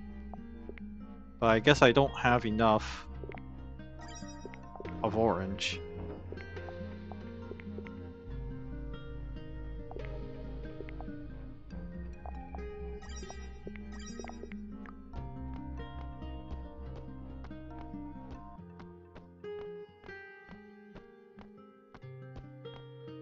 Oh, there's a lot of oranges. I wasn't even paying attention. Whoops.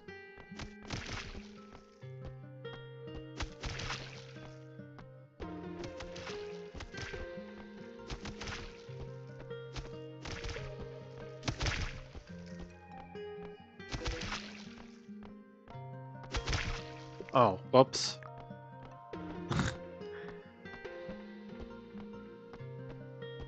Didn't even bother to collect anything.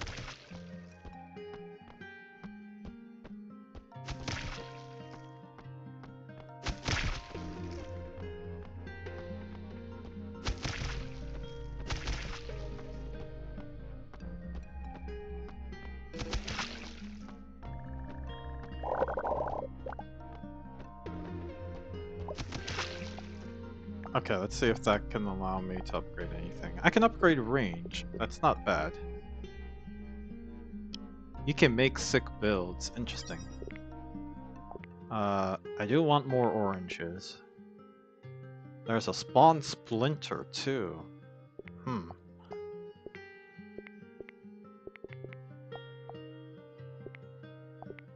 Attack range also increased. Hmm. Yo to Super Sheriff.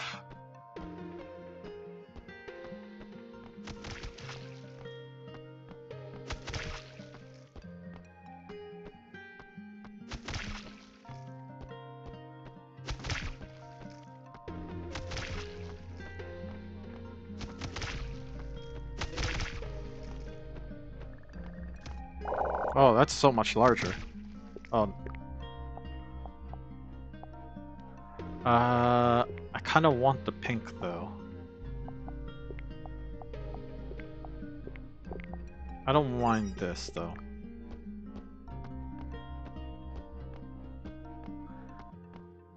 Kind of want pink more than. Oh.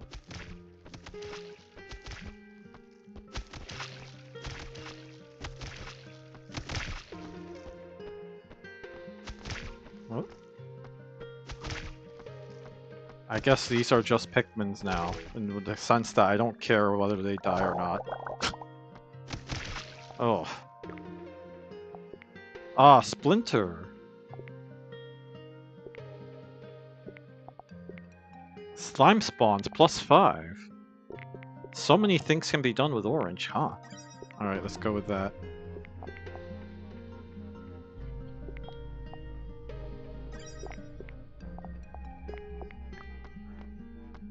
Made an idol today!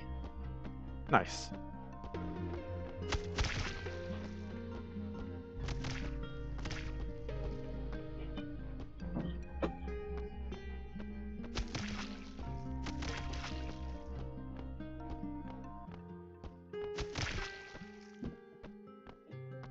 Oh, there's our pink.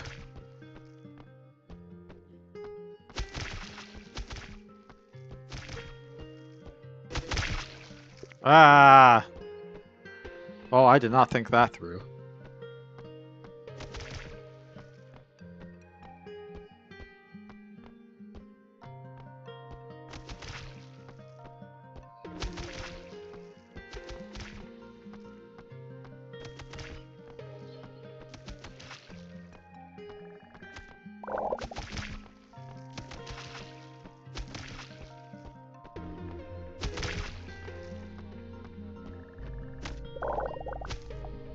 Alright, so I do want more oranges, but in the meantime, pink is fine. Stamina steel. Where else is orange useful for? For stamina. I'm fine with increasing range. I don't feel like stamina has been the biggest problem for me. Stamina steel. Oh, but they can steal... Stamina steel sounds interesting, though.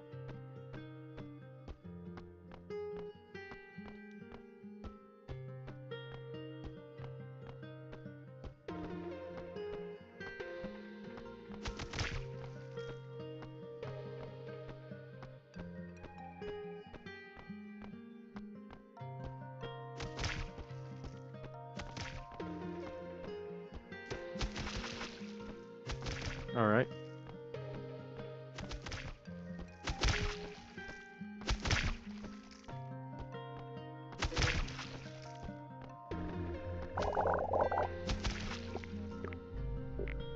Ah, purple.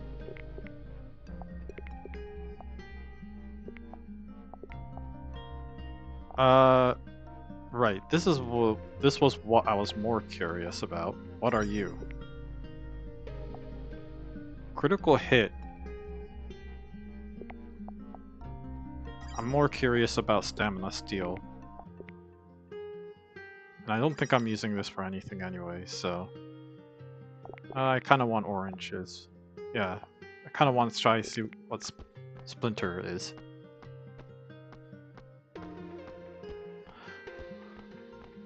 Are you taking submissions, sir? It's in the description. Yep, thank you, Infinity Submission, for mentioning that.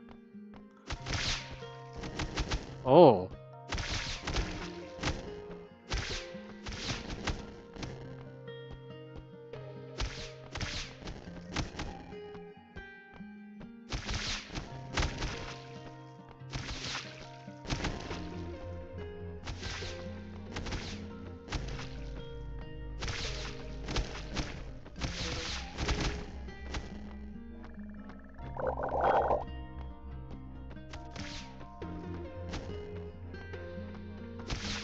Okay.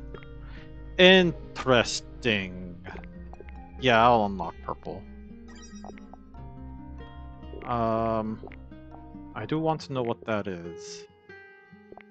Yeah, I want to know what that is more.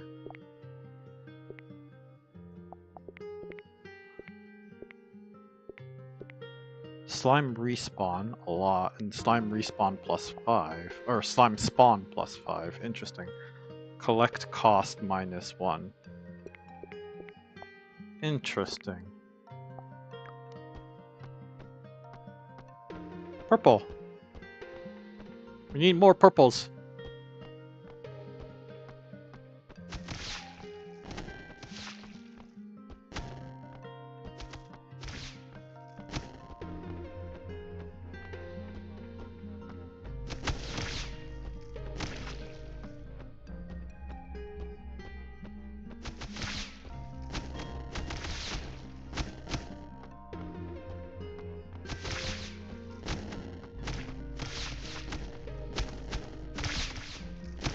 I like the juicy hits.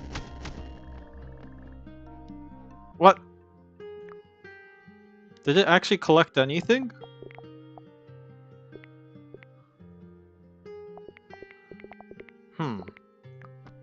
I have a feeling it didn't collect anything.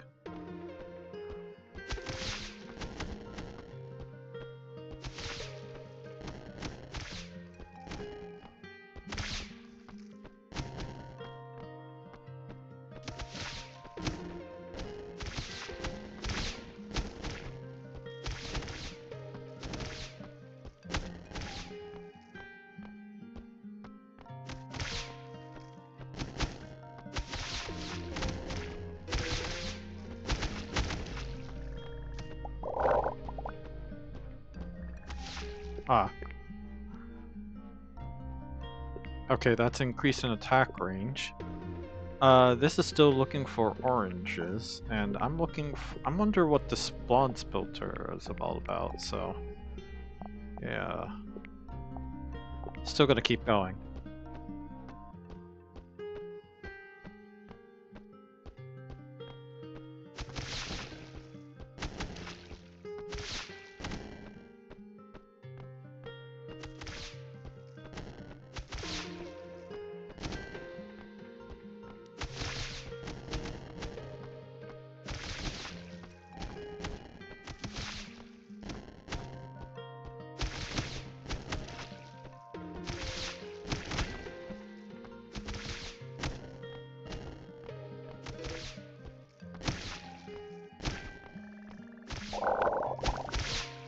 Ah. Ah, teal! So I wanted to know what this was all about.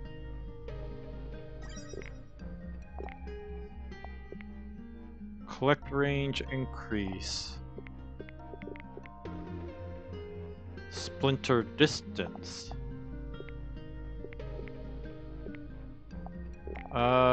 Sure. So the pathway I'm thinking is like, how do I, just like out of curiosity, what are these kind of things and what do they do?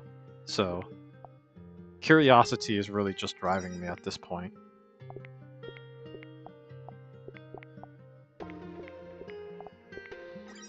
Alright, we'll find out if that build was any better. Oh, we got teal.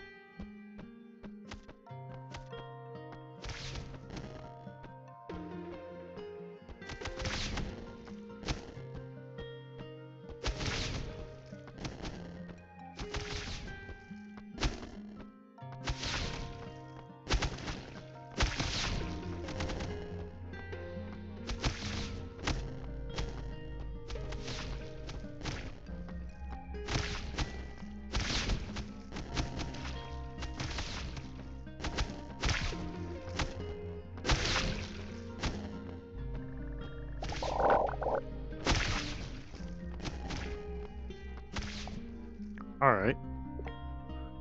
Stamina increase there. Not really into the stamina increase yet. We want dark blue. I'm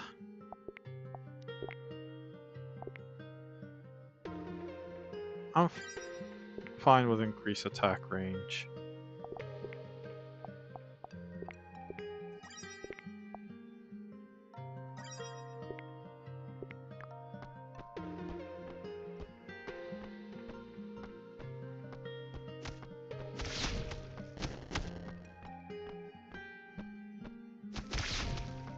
I'm looking for teal. Oh, there's only one right here.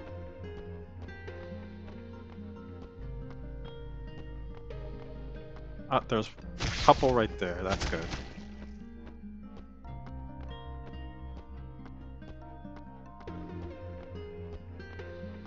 Yeah, I'm gonna have to get greedy.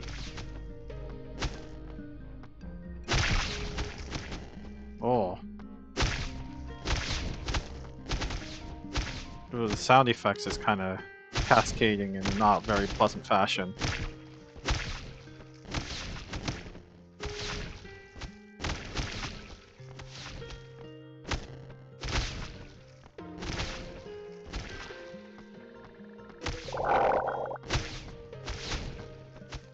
Okay. Yay, dark blue. Wait, what? We have enough to unlock gray? What? Is this on purpose? This looks like a bug!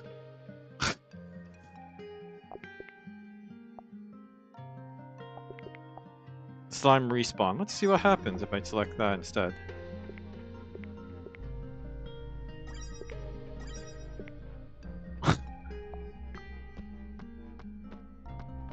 Well, you know, we got the gray slimes, and that's what matters.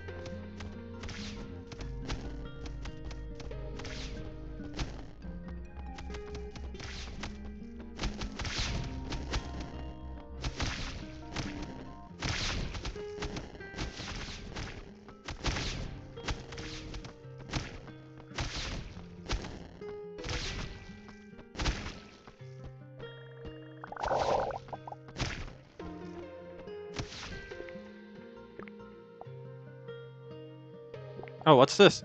Chance to bleed. Interesting. Splinter distance, so we'll increase that. See what the heck's going on. Yes, RA error. Ah.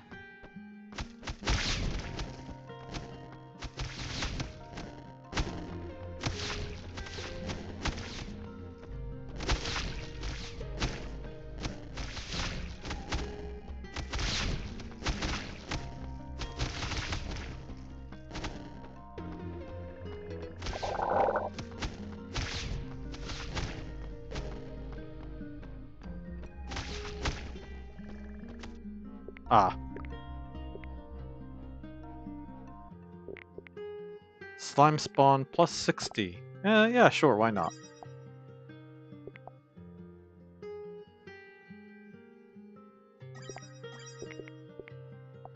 Interesting.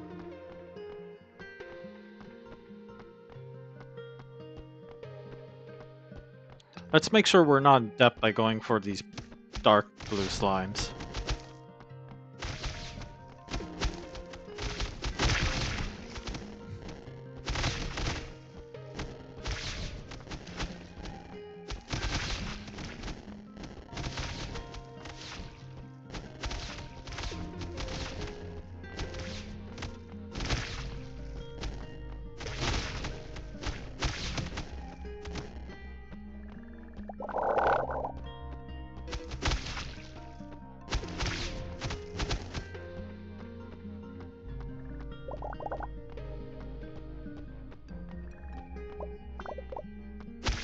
Alright. Lasers? What?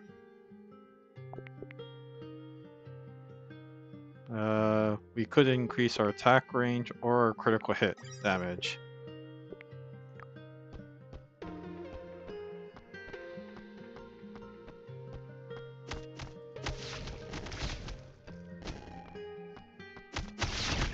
Oh, interesting. So that's lasers.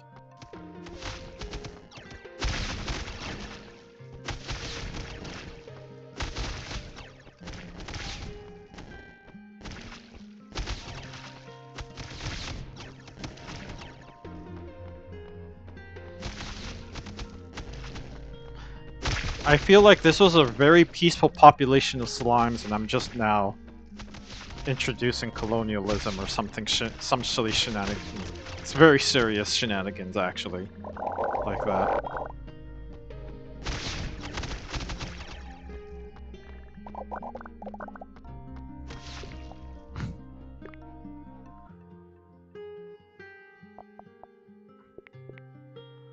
Chance to bleed, interesting.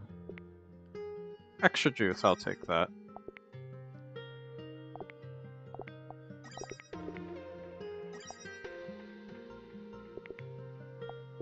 I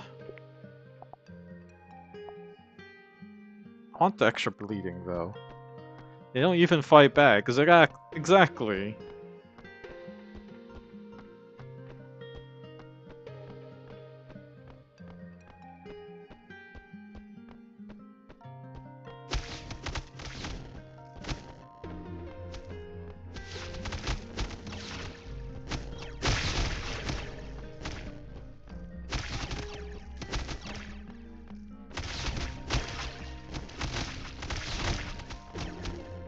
Well, also, in fairness, we are unlocking new colored slimes, so... You know, maybe there's some geoengineering going on here? This could be more considered more like harvesting and domestication.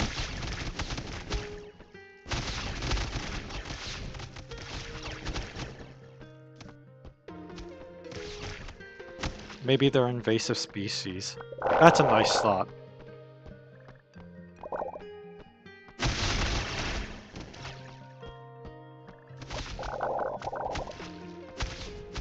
Okay, well, we're... Oh, I can increase stamina here. I can further increase Splinter. I can increase the number of slime spawned. Let's bleed. Bleed duration. Increase my collection range. There's no real reason not to take these.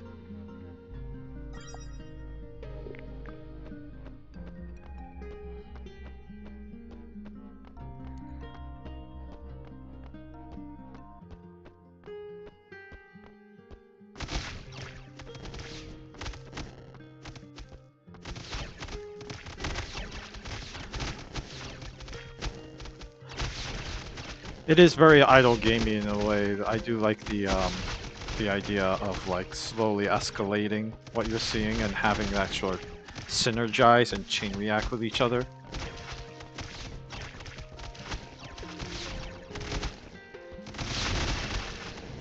I'm thinking the bleeding was probably not important to me.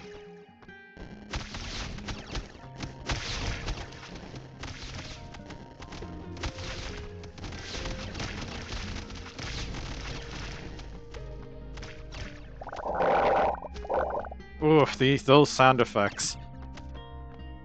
You might want to put in like a tiny delay between each sound effect so that they don't overlap so much like that. Or put in some sort of priority system so that only like a certain number of sound effects play at any one time.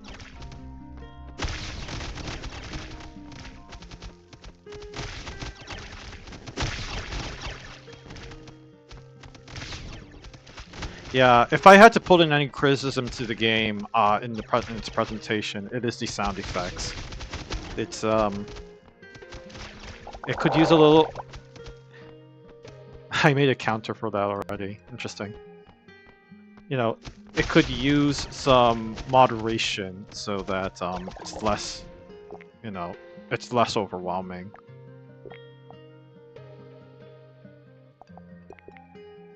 I'll take extra juice. And collect cost. Oh, collect cost, I see what it does.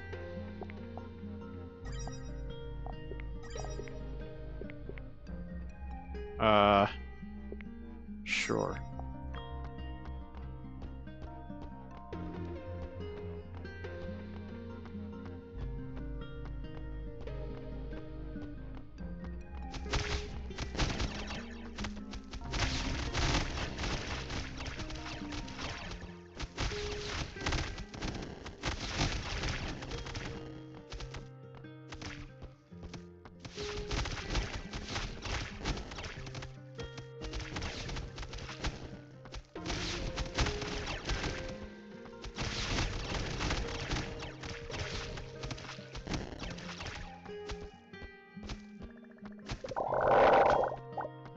Oh.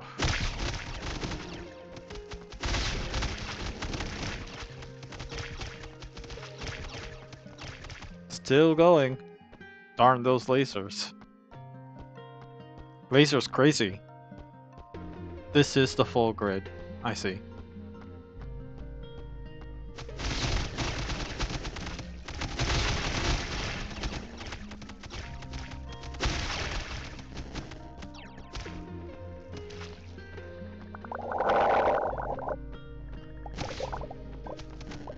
Yeah, the collection sound in particular just kind of gets grating after a while.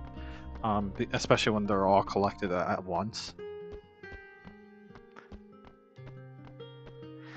It would be nice if there's like a certain time delay where, you know, an item would play a sound effect, you just don't play it instead.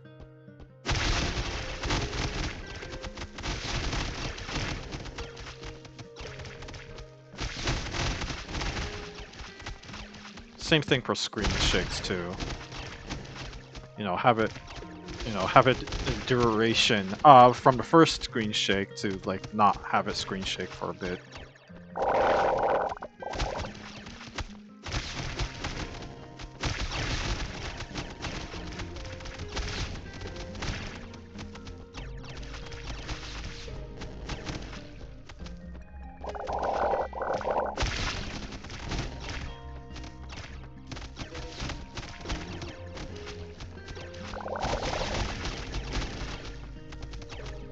Oh.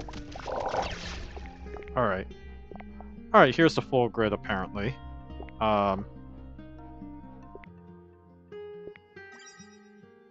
We can increase that.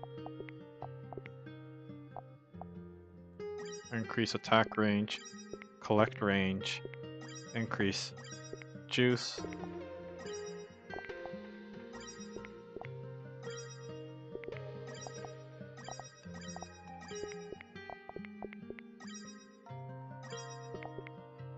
Let's see what happens.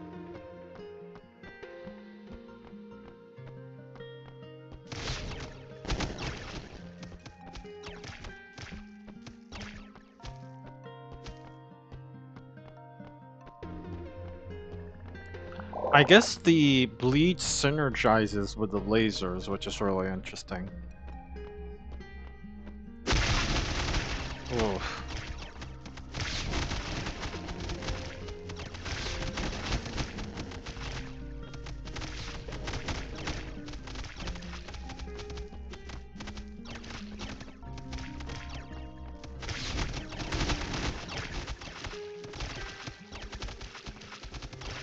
I'm fine with that. This game seems addictive.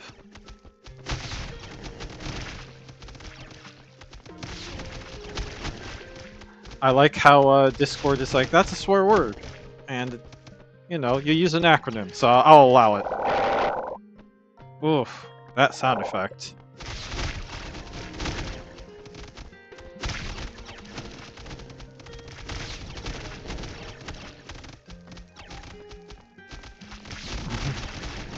It's fine. There's nothing. I don't think that's much to apologize about. At least you didn't spell out the swear word. That probably would have actually caught. our moderation, but I don't know. I'll allow AF. And let the, readers decide what the acronym stands for. Oop. And then we wait.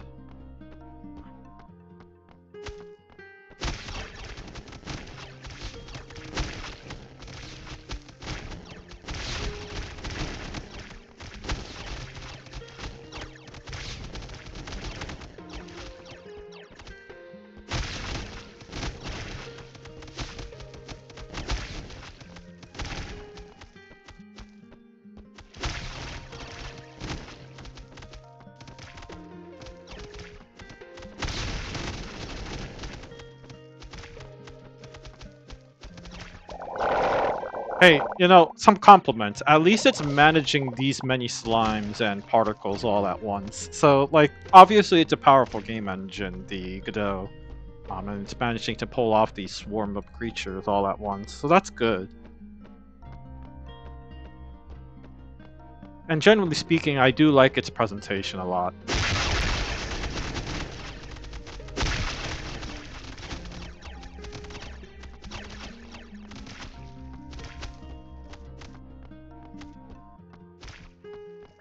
How long does it take to run out of stamina?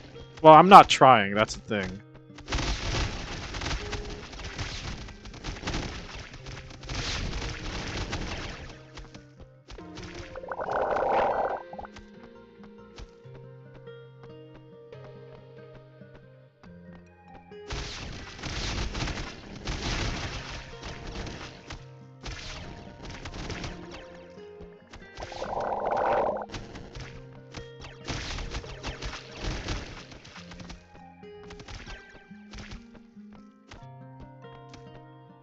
Well, we're in the thousands now at this point. I'm sure we can buy almost anything.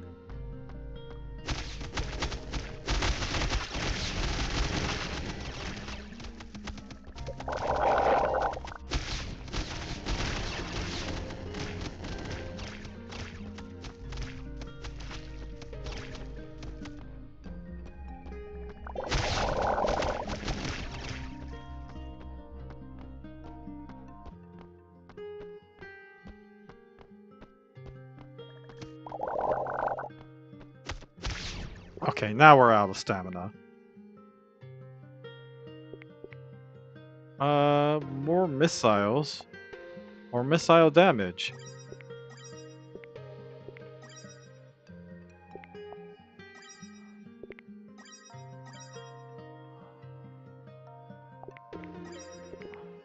Bleed longer. Decrease collects cost. Increase splinter.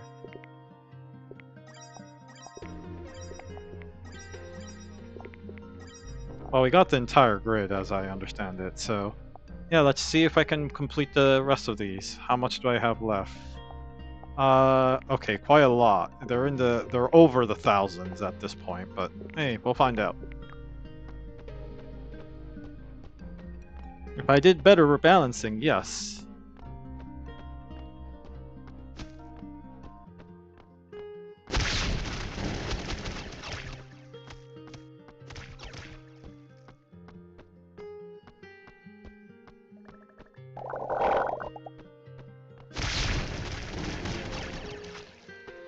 Well, at least we're at a point where we're just nuking the entire screen, right? No balance is off, it takes long.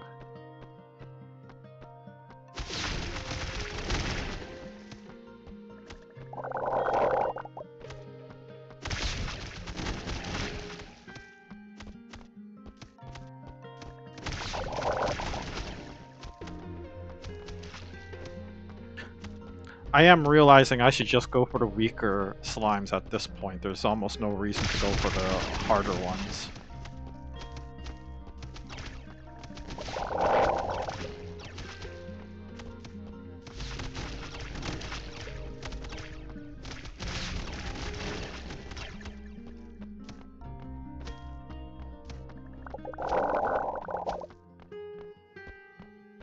To get all maxed out takes a while, I see.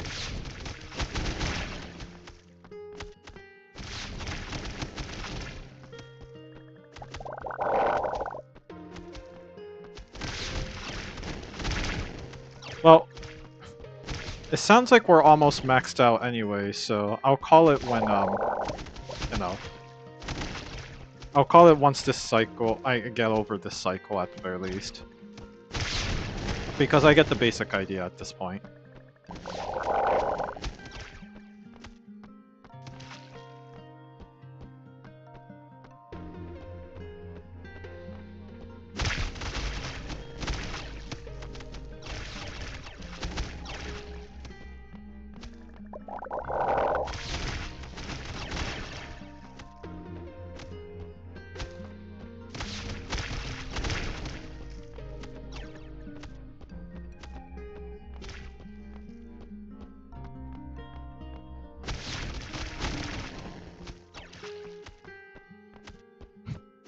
You already played a good amount of it. Yeah, I did, in fact.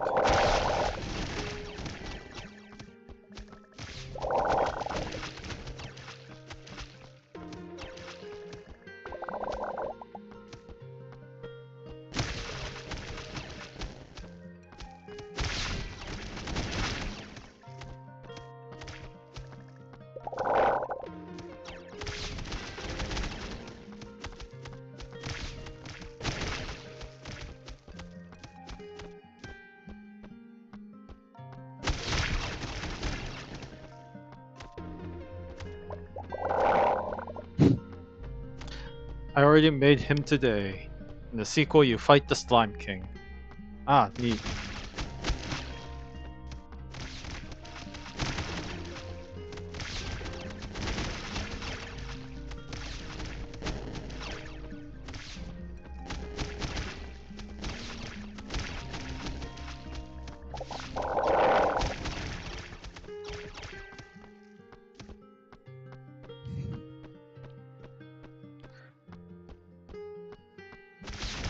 I feel like the lasers is kinda similar to Bleed in a way. I don't know. Maybe I'm not thinking it through. Never mind. They're not similar at all. It does have similarities with Splinter, though.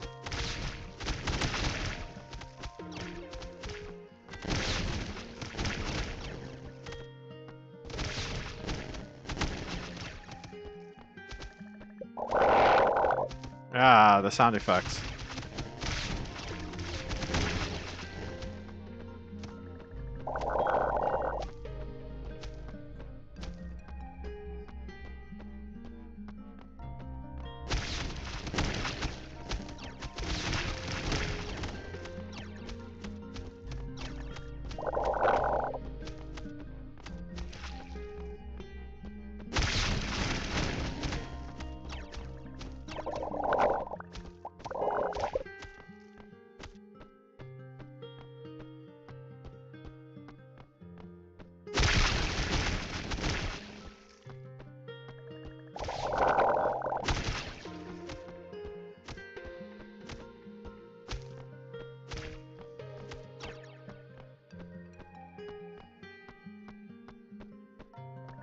Laser is a single damage random on kill chance to spawn a new one. Bleed kills also triggers lasers.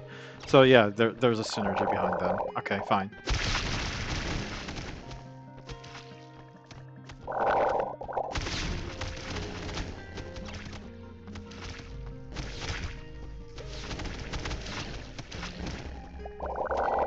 Oh.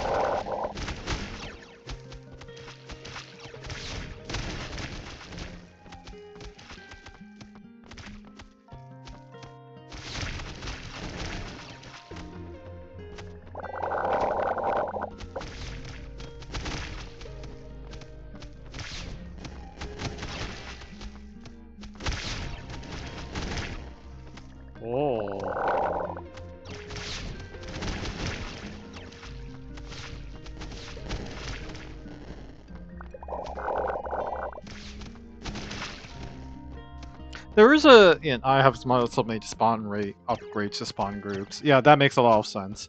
I will say, like, there's a certain satisfaction with the level upgrade system. I do like the upgrades helping out over time, and there's a satisfaction in being able to collect so many things at once. I do like the streamlined controls as well. That's also a very good choice. I mean, that's just a screen nuke at that point, right?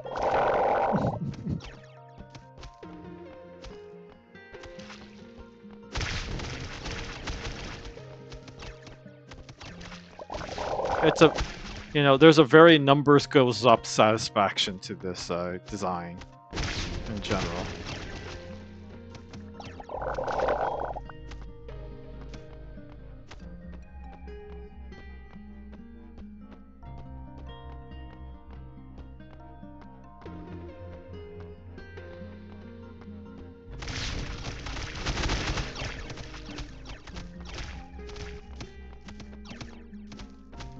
Thanks.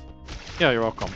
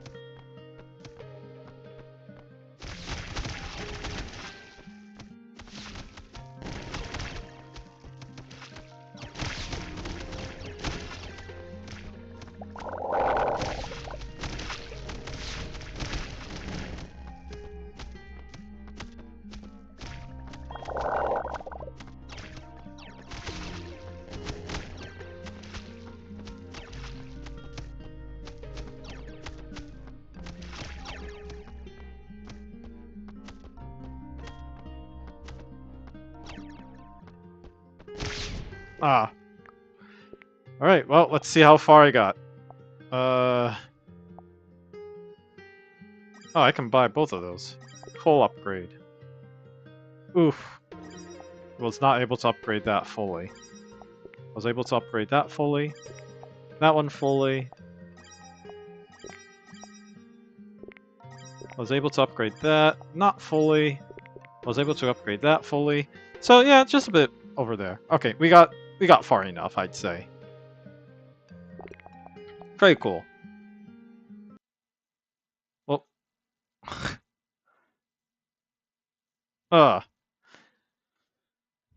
so you got around designing and balancing a skill tree, and I took way too long playing through that idle game. But whatever. No, it was fun as an idle game.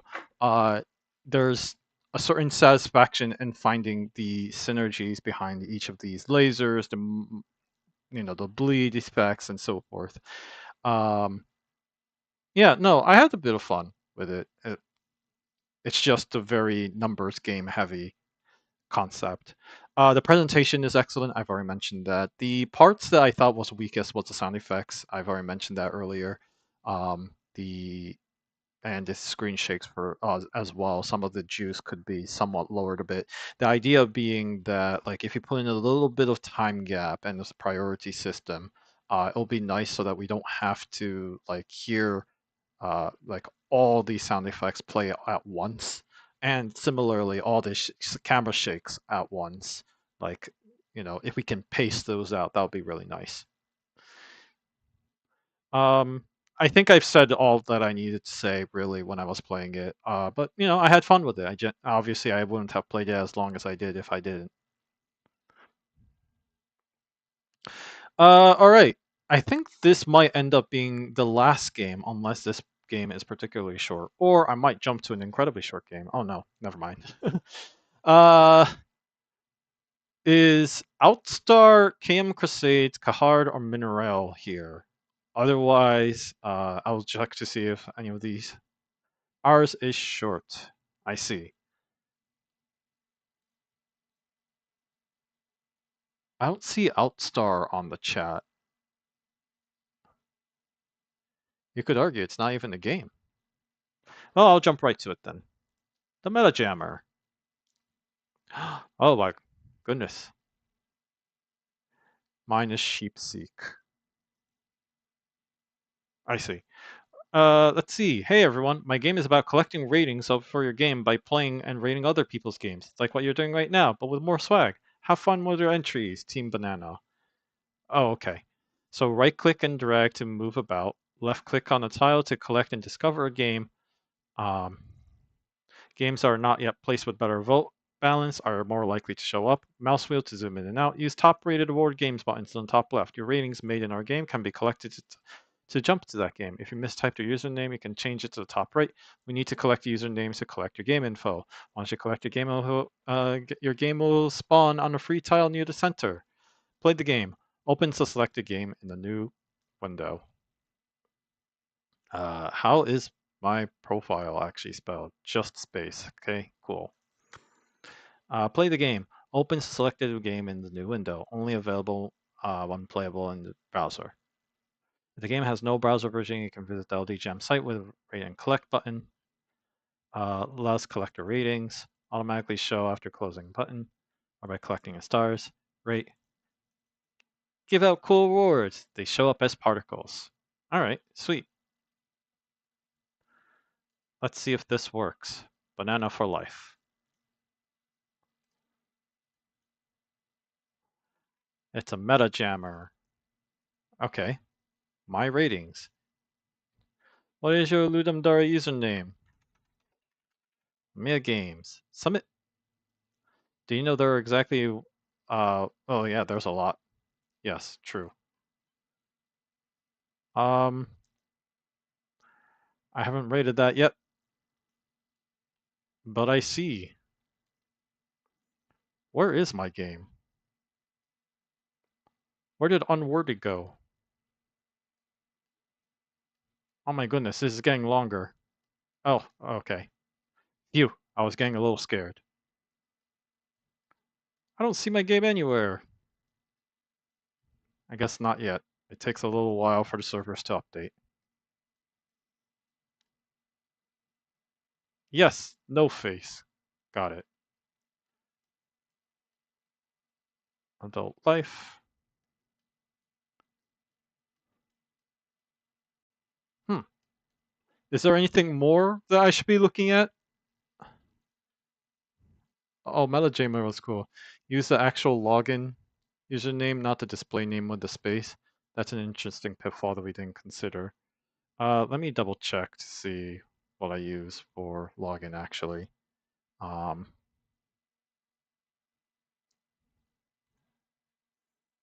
doop. ah, nope, that's not it. LDJam.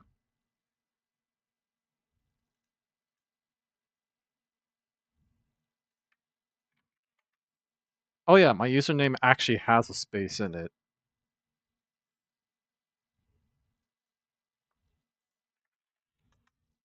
Yes, this is accurate. Interesting. And then what else do I need to do?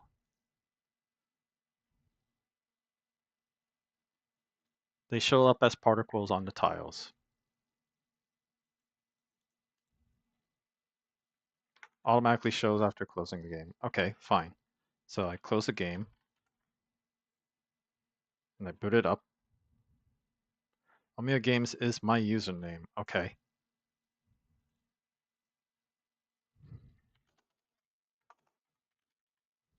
Submit. Does Chimera ring a bell? Good. It does ring a bell.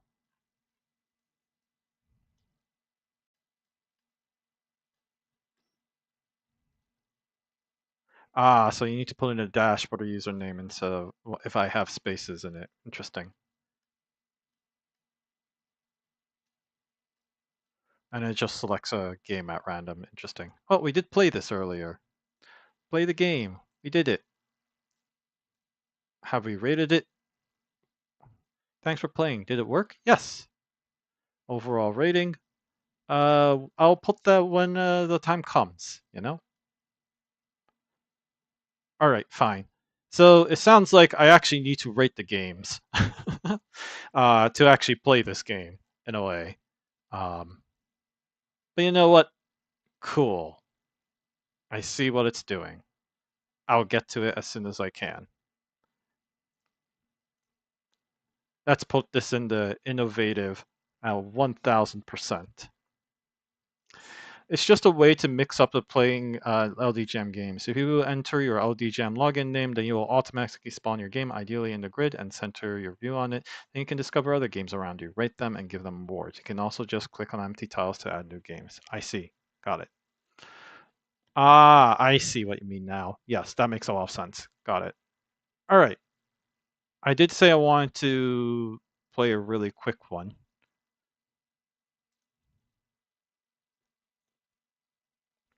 This is technically in the now playing range, but you know what? I'm gonna mark it as that for now. Let's see. Was there Outstar on the chat? Oh, Kowalski. That's a name I haven't seen in a while. Infinite, uh, Infinite Awesomeness, Passio, Psychtela, and Super Sheep. Um, we didn't really like the theme, but liked the meta twist. Yeah, I didn't like the theme either. It makes the two of us. So Infinite Awesomeness, I believe you're next in queue, so I'll get right to that. Sheeps are missing! That's concerning. Sheepus is missing. You got your coffee maker time machine back from Big Chungus and returned to 2052, but now you must collect all sheep and defeat the anti-sheepus armory to bring the sheepus back.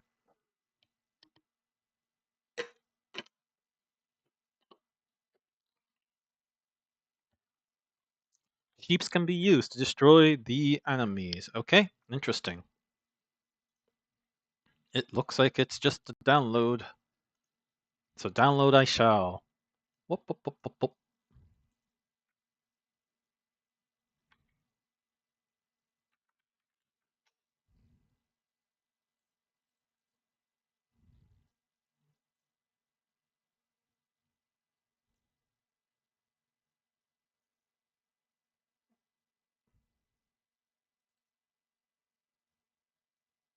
Hey, Zimzang! Good friend of mine. Nice to see you here.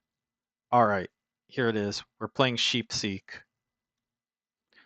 We need to save the sheepus. Uh,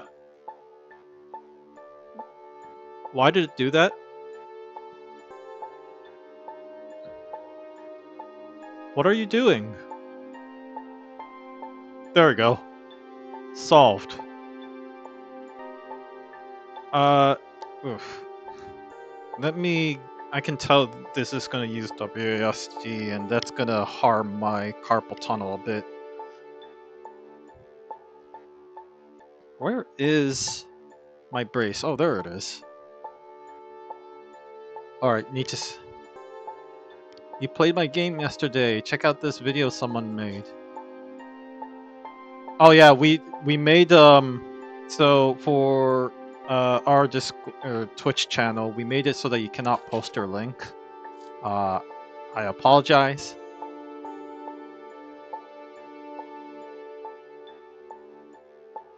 All right, cool.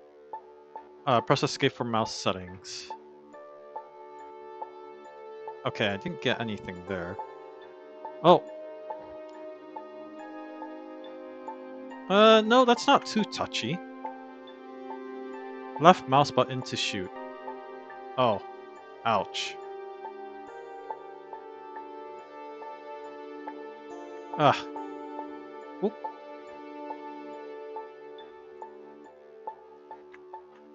I'm not sure. Oh, the lack of sound effects.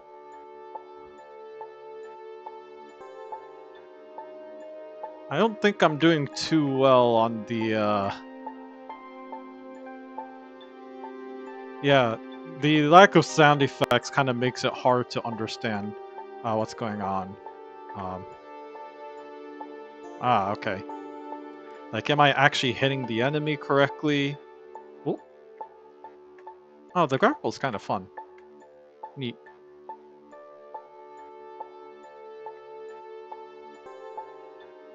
Surprise attack!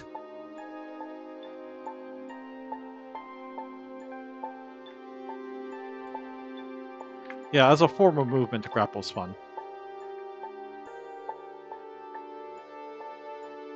Ah, okay.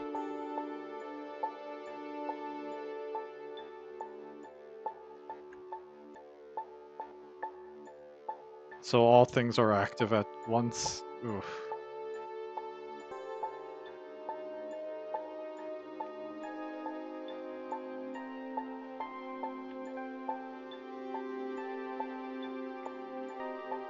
Well, what's keeping me from just going right for the goal?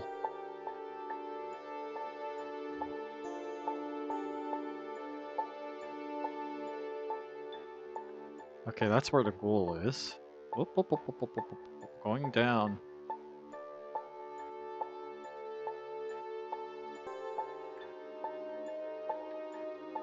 I feel like some of these monsters' health bar is a little too large. Oh, oh, the flashlight kind of lagging is an interesting detail. If you don't collect a sheep, you start with fewer in the next level.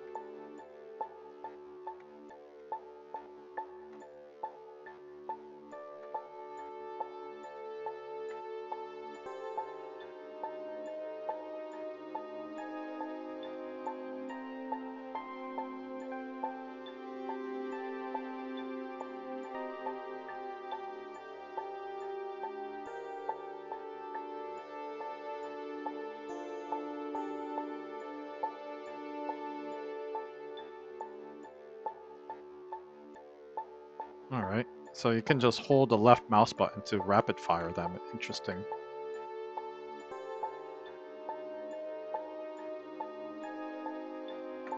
Oh, weird geometry so far today.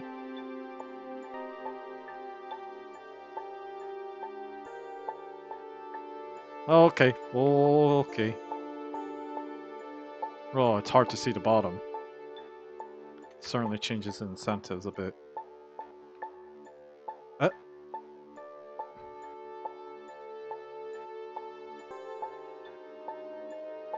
Whee!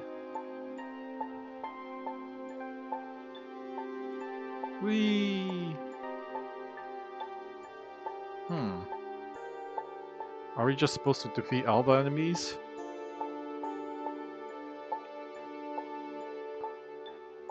That would be unfortunate if that's the case.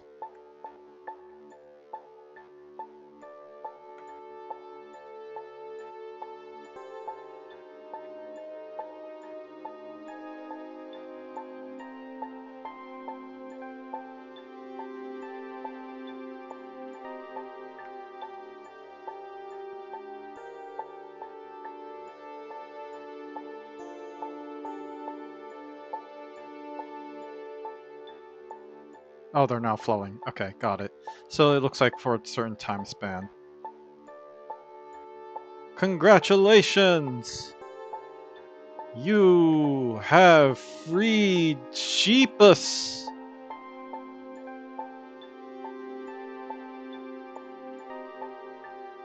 Oh, this model right here. Okay, we did it! An achievement has been made, I guess. Yeah, they need to be depleted. Pretty funny stuff. Oh, I really like the grapple hook. But partially because of the wonky physics, it's a lot more fun to play around with this. Oh my goodness, look at this amazing movement tech. Oh, that's cool. Yeah, there's just a lot of fun you can do with this specific tech. I guess that's why it's so popular and also easily abused. I'm not sure I like the being able to see the lag aspect of the game yet.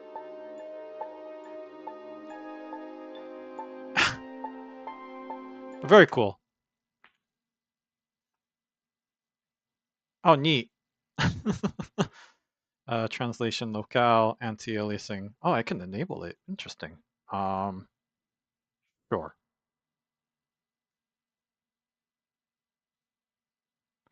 All right, cool. No, that was fun. Um, I did like the fact that you can walk around and recollect your bullets. That's pretty cool. Um, the grapple hook was really fun. I have to question the incentive of killing the enemies. Obviously, you need to do it at the end. But if it was made more obvious on certain locations that you have to kill enemies, that would have been nice too, because I felt like that was the weakest part of the game, if that makes any sense. Like the grapple hook makes you feel fast, and so I was just more focused on moving through the level as fast as I can instead of trying to defeat the enemies. And so it was kind of disappointing at the end when it's like, oh, you had to kill all the enemies. And I'm like, oh, that was not what I was focused on the game. I just kind of like the game tells me to get from point A to point B. So decided to focus on how to get to point B as quickly as possible. Um, I do like the idea of having gates to keep you from proceeding beyond a certain location because you have to defeat all the enemies first. I think if there were like specific doors and rooms where you had that sort of arena, then I would have been more engaged with the combat.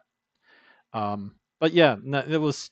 I feel like that was just one of those things that wouldn't have been obvious until with a lot of play testing, and you just kind of realize, oh, whoops, the people aren't nearly as focused on that.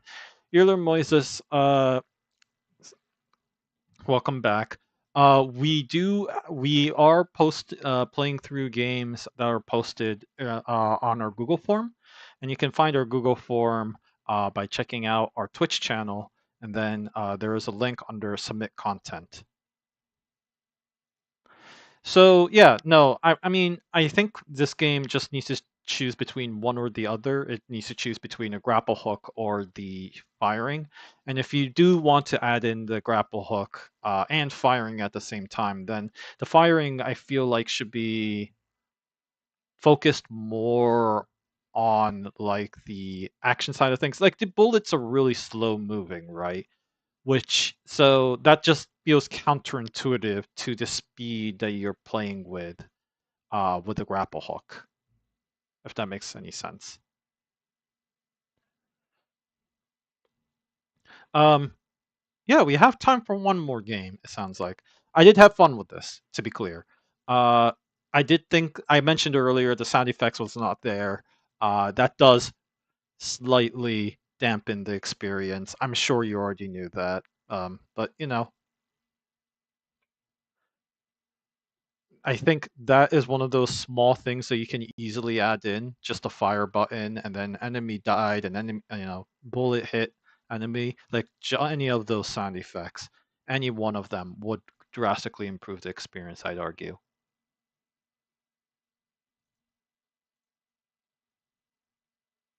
Even though I keep complaining about it, being nitpicky about sound effects in particular. All the sound was done in the last 20 minutes. Makes sense. I believe if I'm wrong, unless I'm wrong, Super Sheaf is on. So that will be our last game, the Fart Night. Oh, interesting. Fart platformer, collect all stars and return to the flag to win. Fastest farter is Coatline with this, spaces to fart, and R to reset. Rage-worthy mechanics, fart, blib, blob, and blab.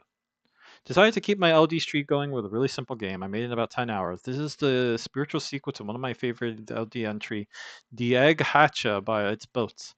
I wanted to make something really quick and stupid. Had a lot of fun recording stupid noises.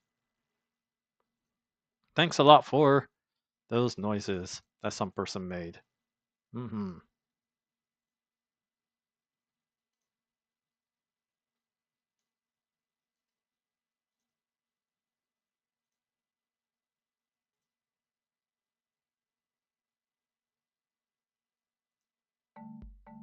All right. Well, it's a Unity game, and we are totally about to. We are totally about to fart our way into this. To rotate, to fart. Press enter to continue. Collect all the stars, and returns the flag to win. Sure, we'll go with Blob.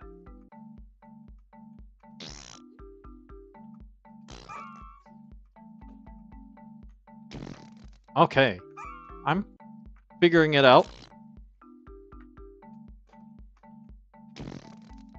Do you have to land to be able to fart in it? No, it's on a time. Okay, got it.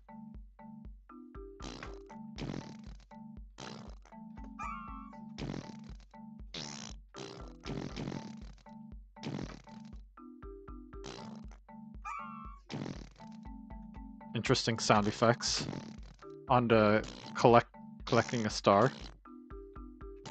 Oh, well, I gotta know what's here. Probably absolutely nothing. Oh.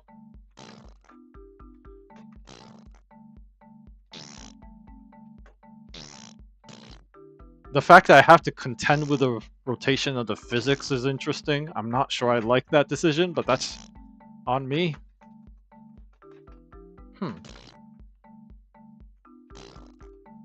It'd be nice to know when I can and can't fart too. Like some sort of meter to tell me. Like, why can I fart really quickly in those two spaces, but not here? Well, at least I can use rolling as a form of locomotive. Ah. Oh, that didn't work.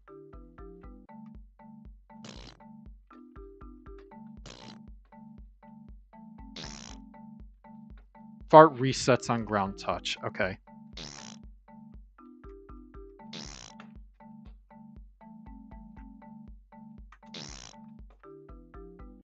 Oh, okay, got it. Hmm.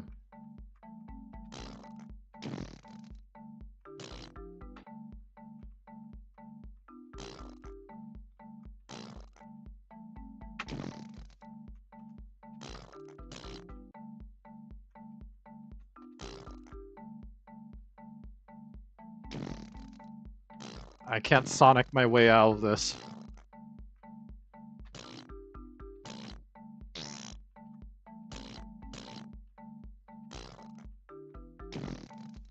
Oh my goodness. There's more to this level. Darn it, it's so large.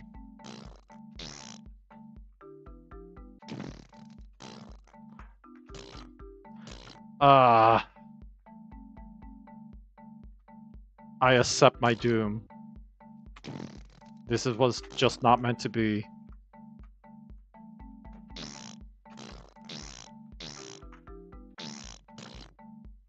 Oh, this is not meant to be.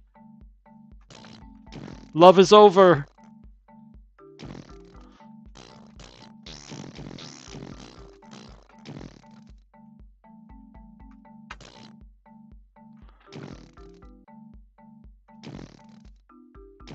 Well, we know where all the stars are now.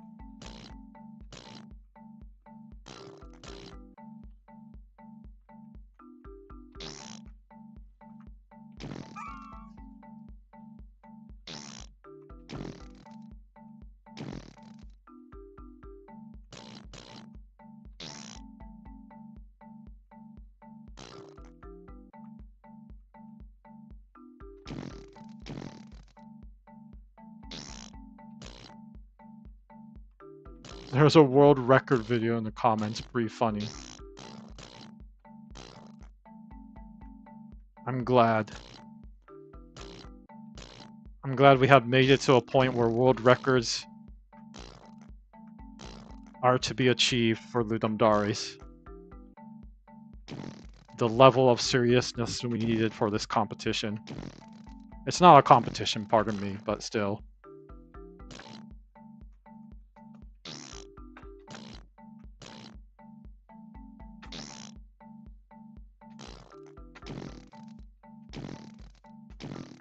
Oh no! One day I'll get this.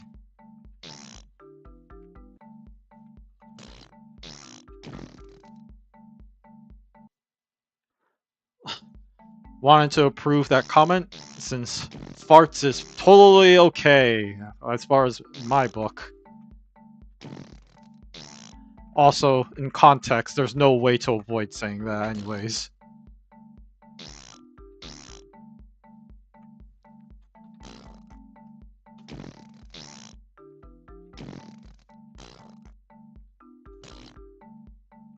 Ah. The music is not helping either.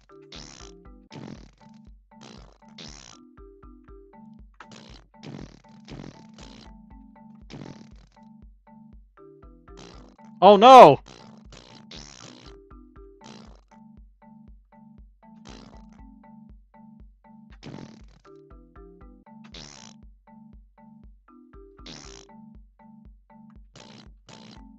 There's a very QWOP-like notion to this, where if you can just get the motion right, then it's really satisfying.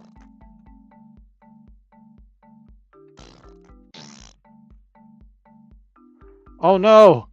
The one star that I cannot get.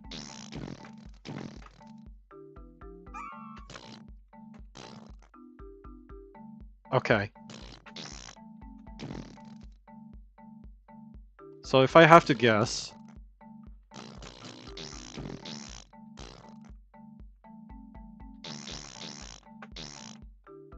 Okay, no, it's not there. I'm slowly starting to understand.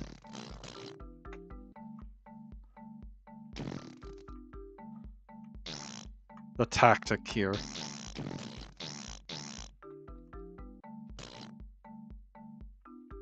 Oh, it's right there, isn't it?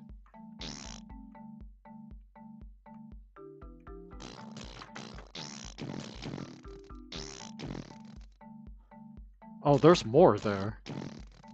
What is going on there?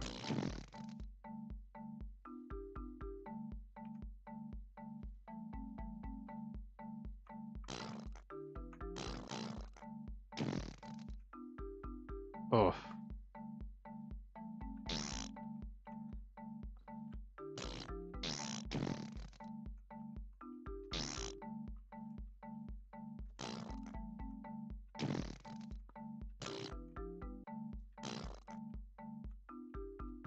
There is nothing up there. Okay, good to know. Alright. Let's deal with the 7 minutes. Yeah. Hooray! Anything else? GG. Darn. I assume I have to refresh. Well, there were 3 other characters. I guess we're gonna find out what they're like.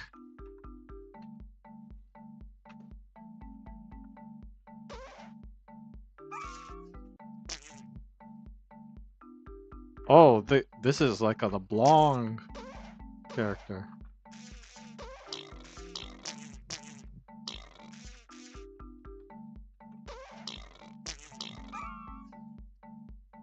Whoop, whoop, whoop, whoop, whoop. Lots of explosive forces going on. That's the official Unity term, explosive force.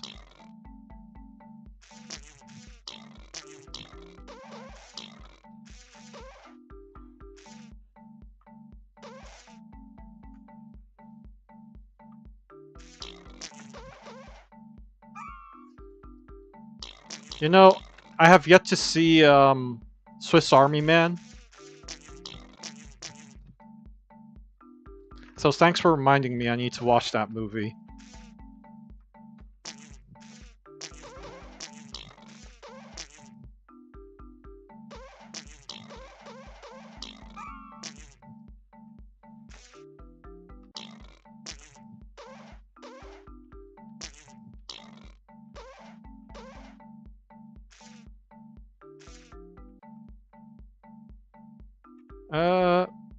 Whoop.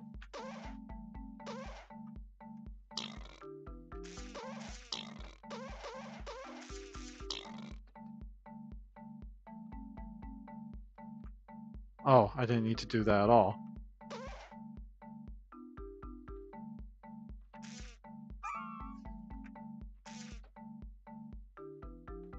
Okay, well, that was gonna fail. That was bound to fail regardless.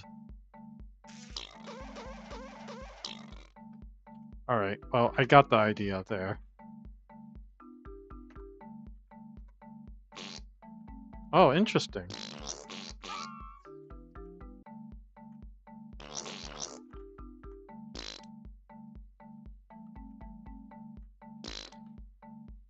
Ugh. Not nearly as much control as I have hoped, but...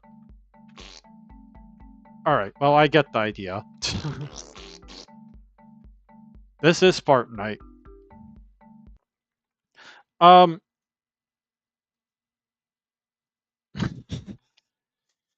I don't know what else to say. Uh... It is a movement tech game, which is fine. It is a little frustrating to play. Get a lot of QWOP vibes to it. It's difficult to master, and after that, I don't know. It's not the kind of game I would be all that interested in mastering, if I'm to be completely honest. But that's not the fault of the game design itself. It's just a matter of taste, I think. Um, I like the presentation. I genuinely do. There's a lot of humor behind it. It's funny. It's simplistic. It's easy to understand. The platforming is sometimes fair, sometimes not. I do admit that I feel like anytime I'm not able to get a certain star, that's on me, which is a good sign, right? Like you don't want player feeling like, oh, how was I supposed to know that, or how am I supposed to get that? I never felt that way specifically. I did see the terrain and the way it's designed, and it did make me go like, okay, I think I understand what the game designer is trying to tell me to do, and I'm just not able to execute it on it. Fine, that's on me. It's an interesting game. Um, it's just a question of like, am I willing to sink a lot of time to understand and comprehend the physics, the mobility, and how to work with the game? And yeah, I guess I'm not one of those people that's as willing to look into it. You did say it is a rage-worthy mechanics, and that's a completely fair point. I did think that the rotation was a little slow. I kind of wish if it was about if like it was possible to adjust that, maybe even change characters. Some of them spin faster, some of them not spin as much. Yeah, no, I understand it was a very quick entry. You had 10 hours to make it together. And you know what? It's fine, It works in that sense. Um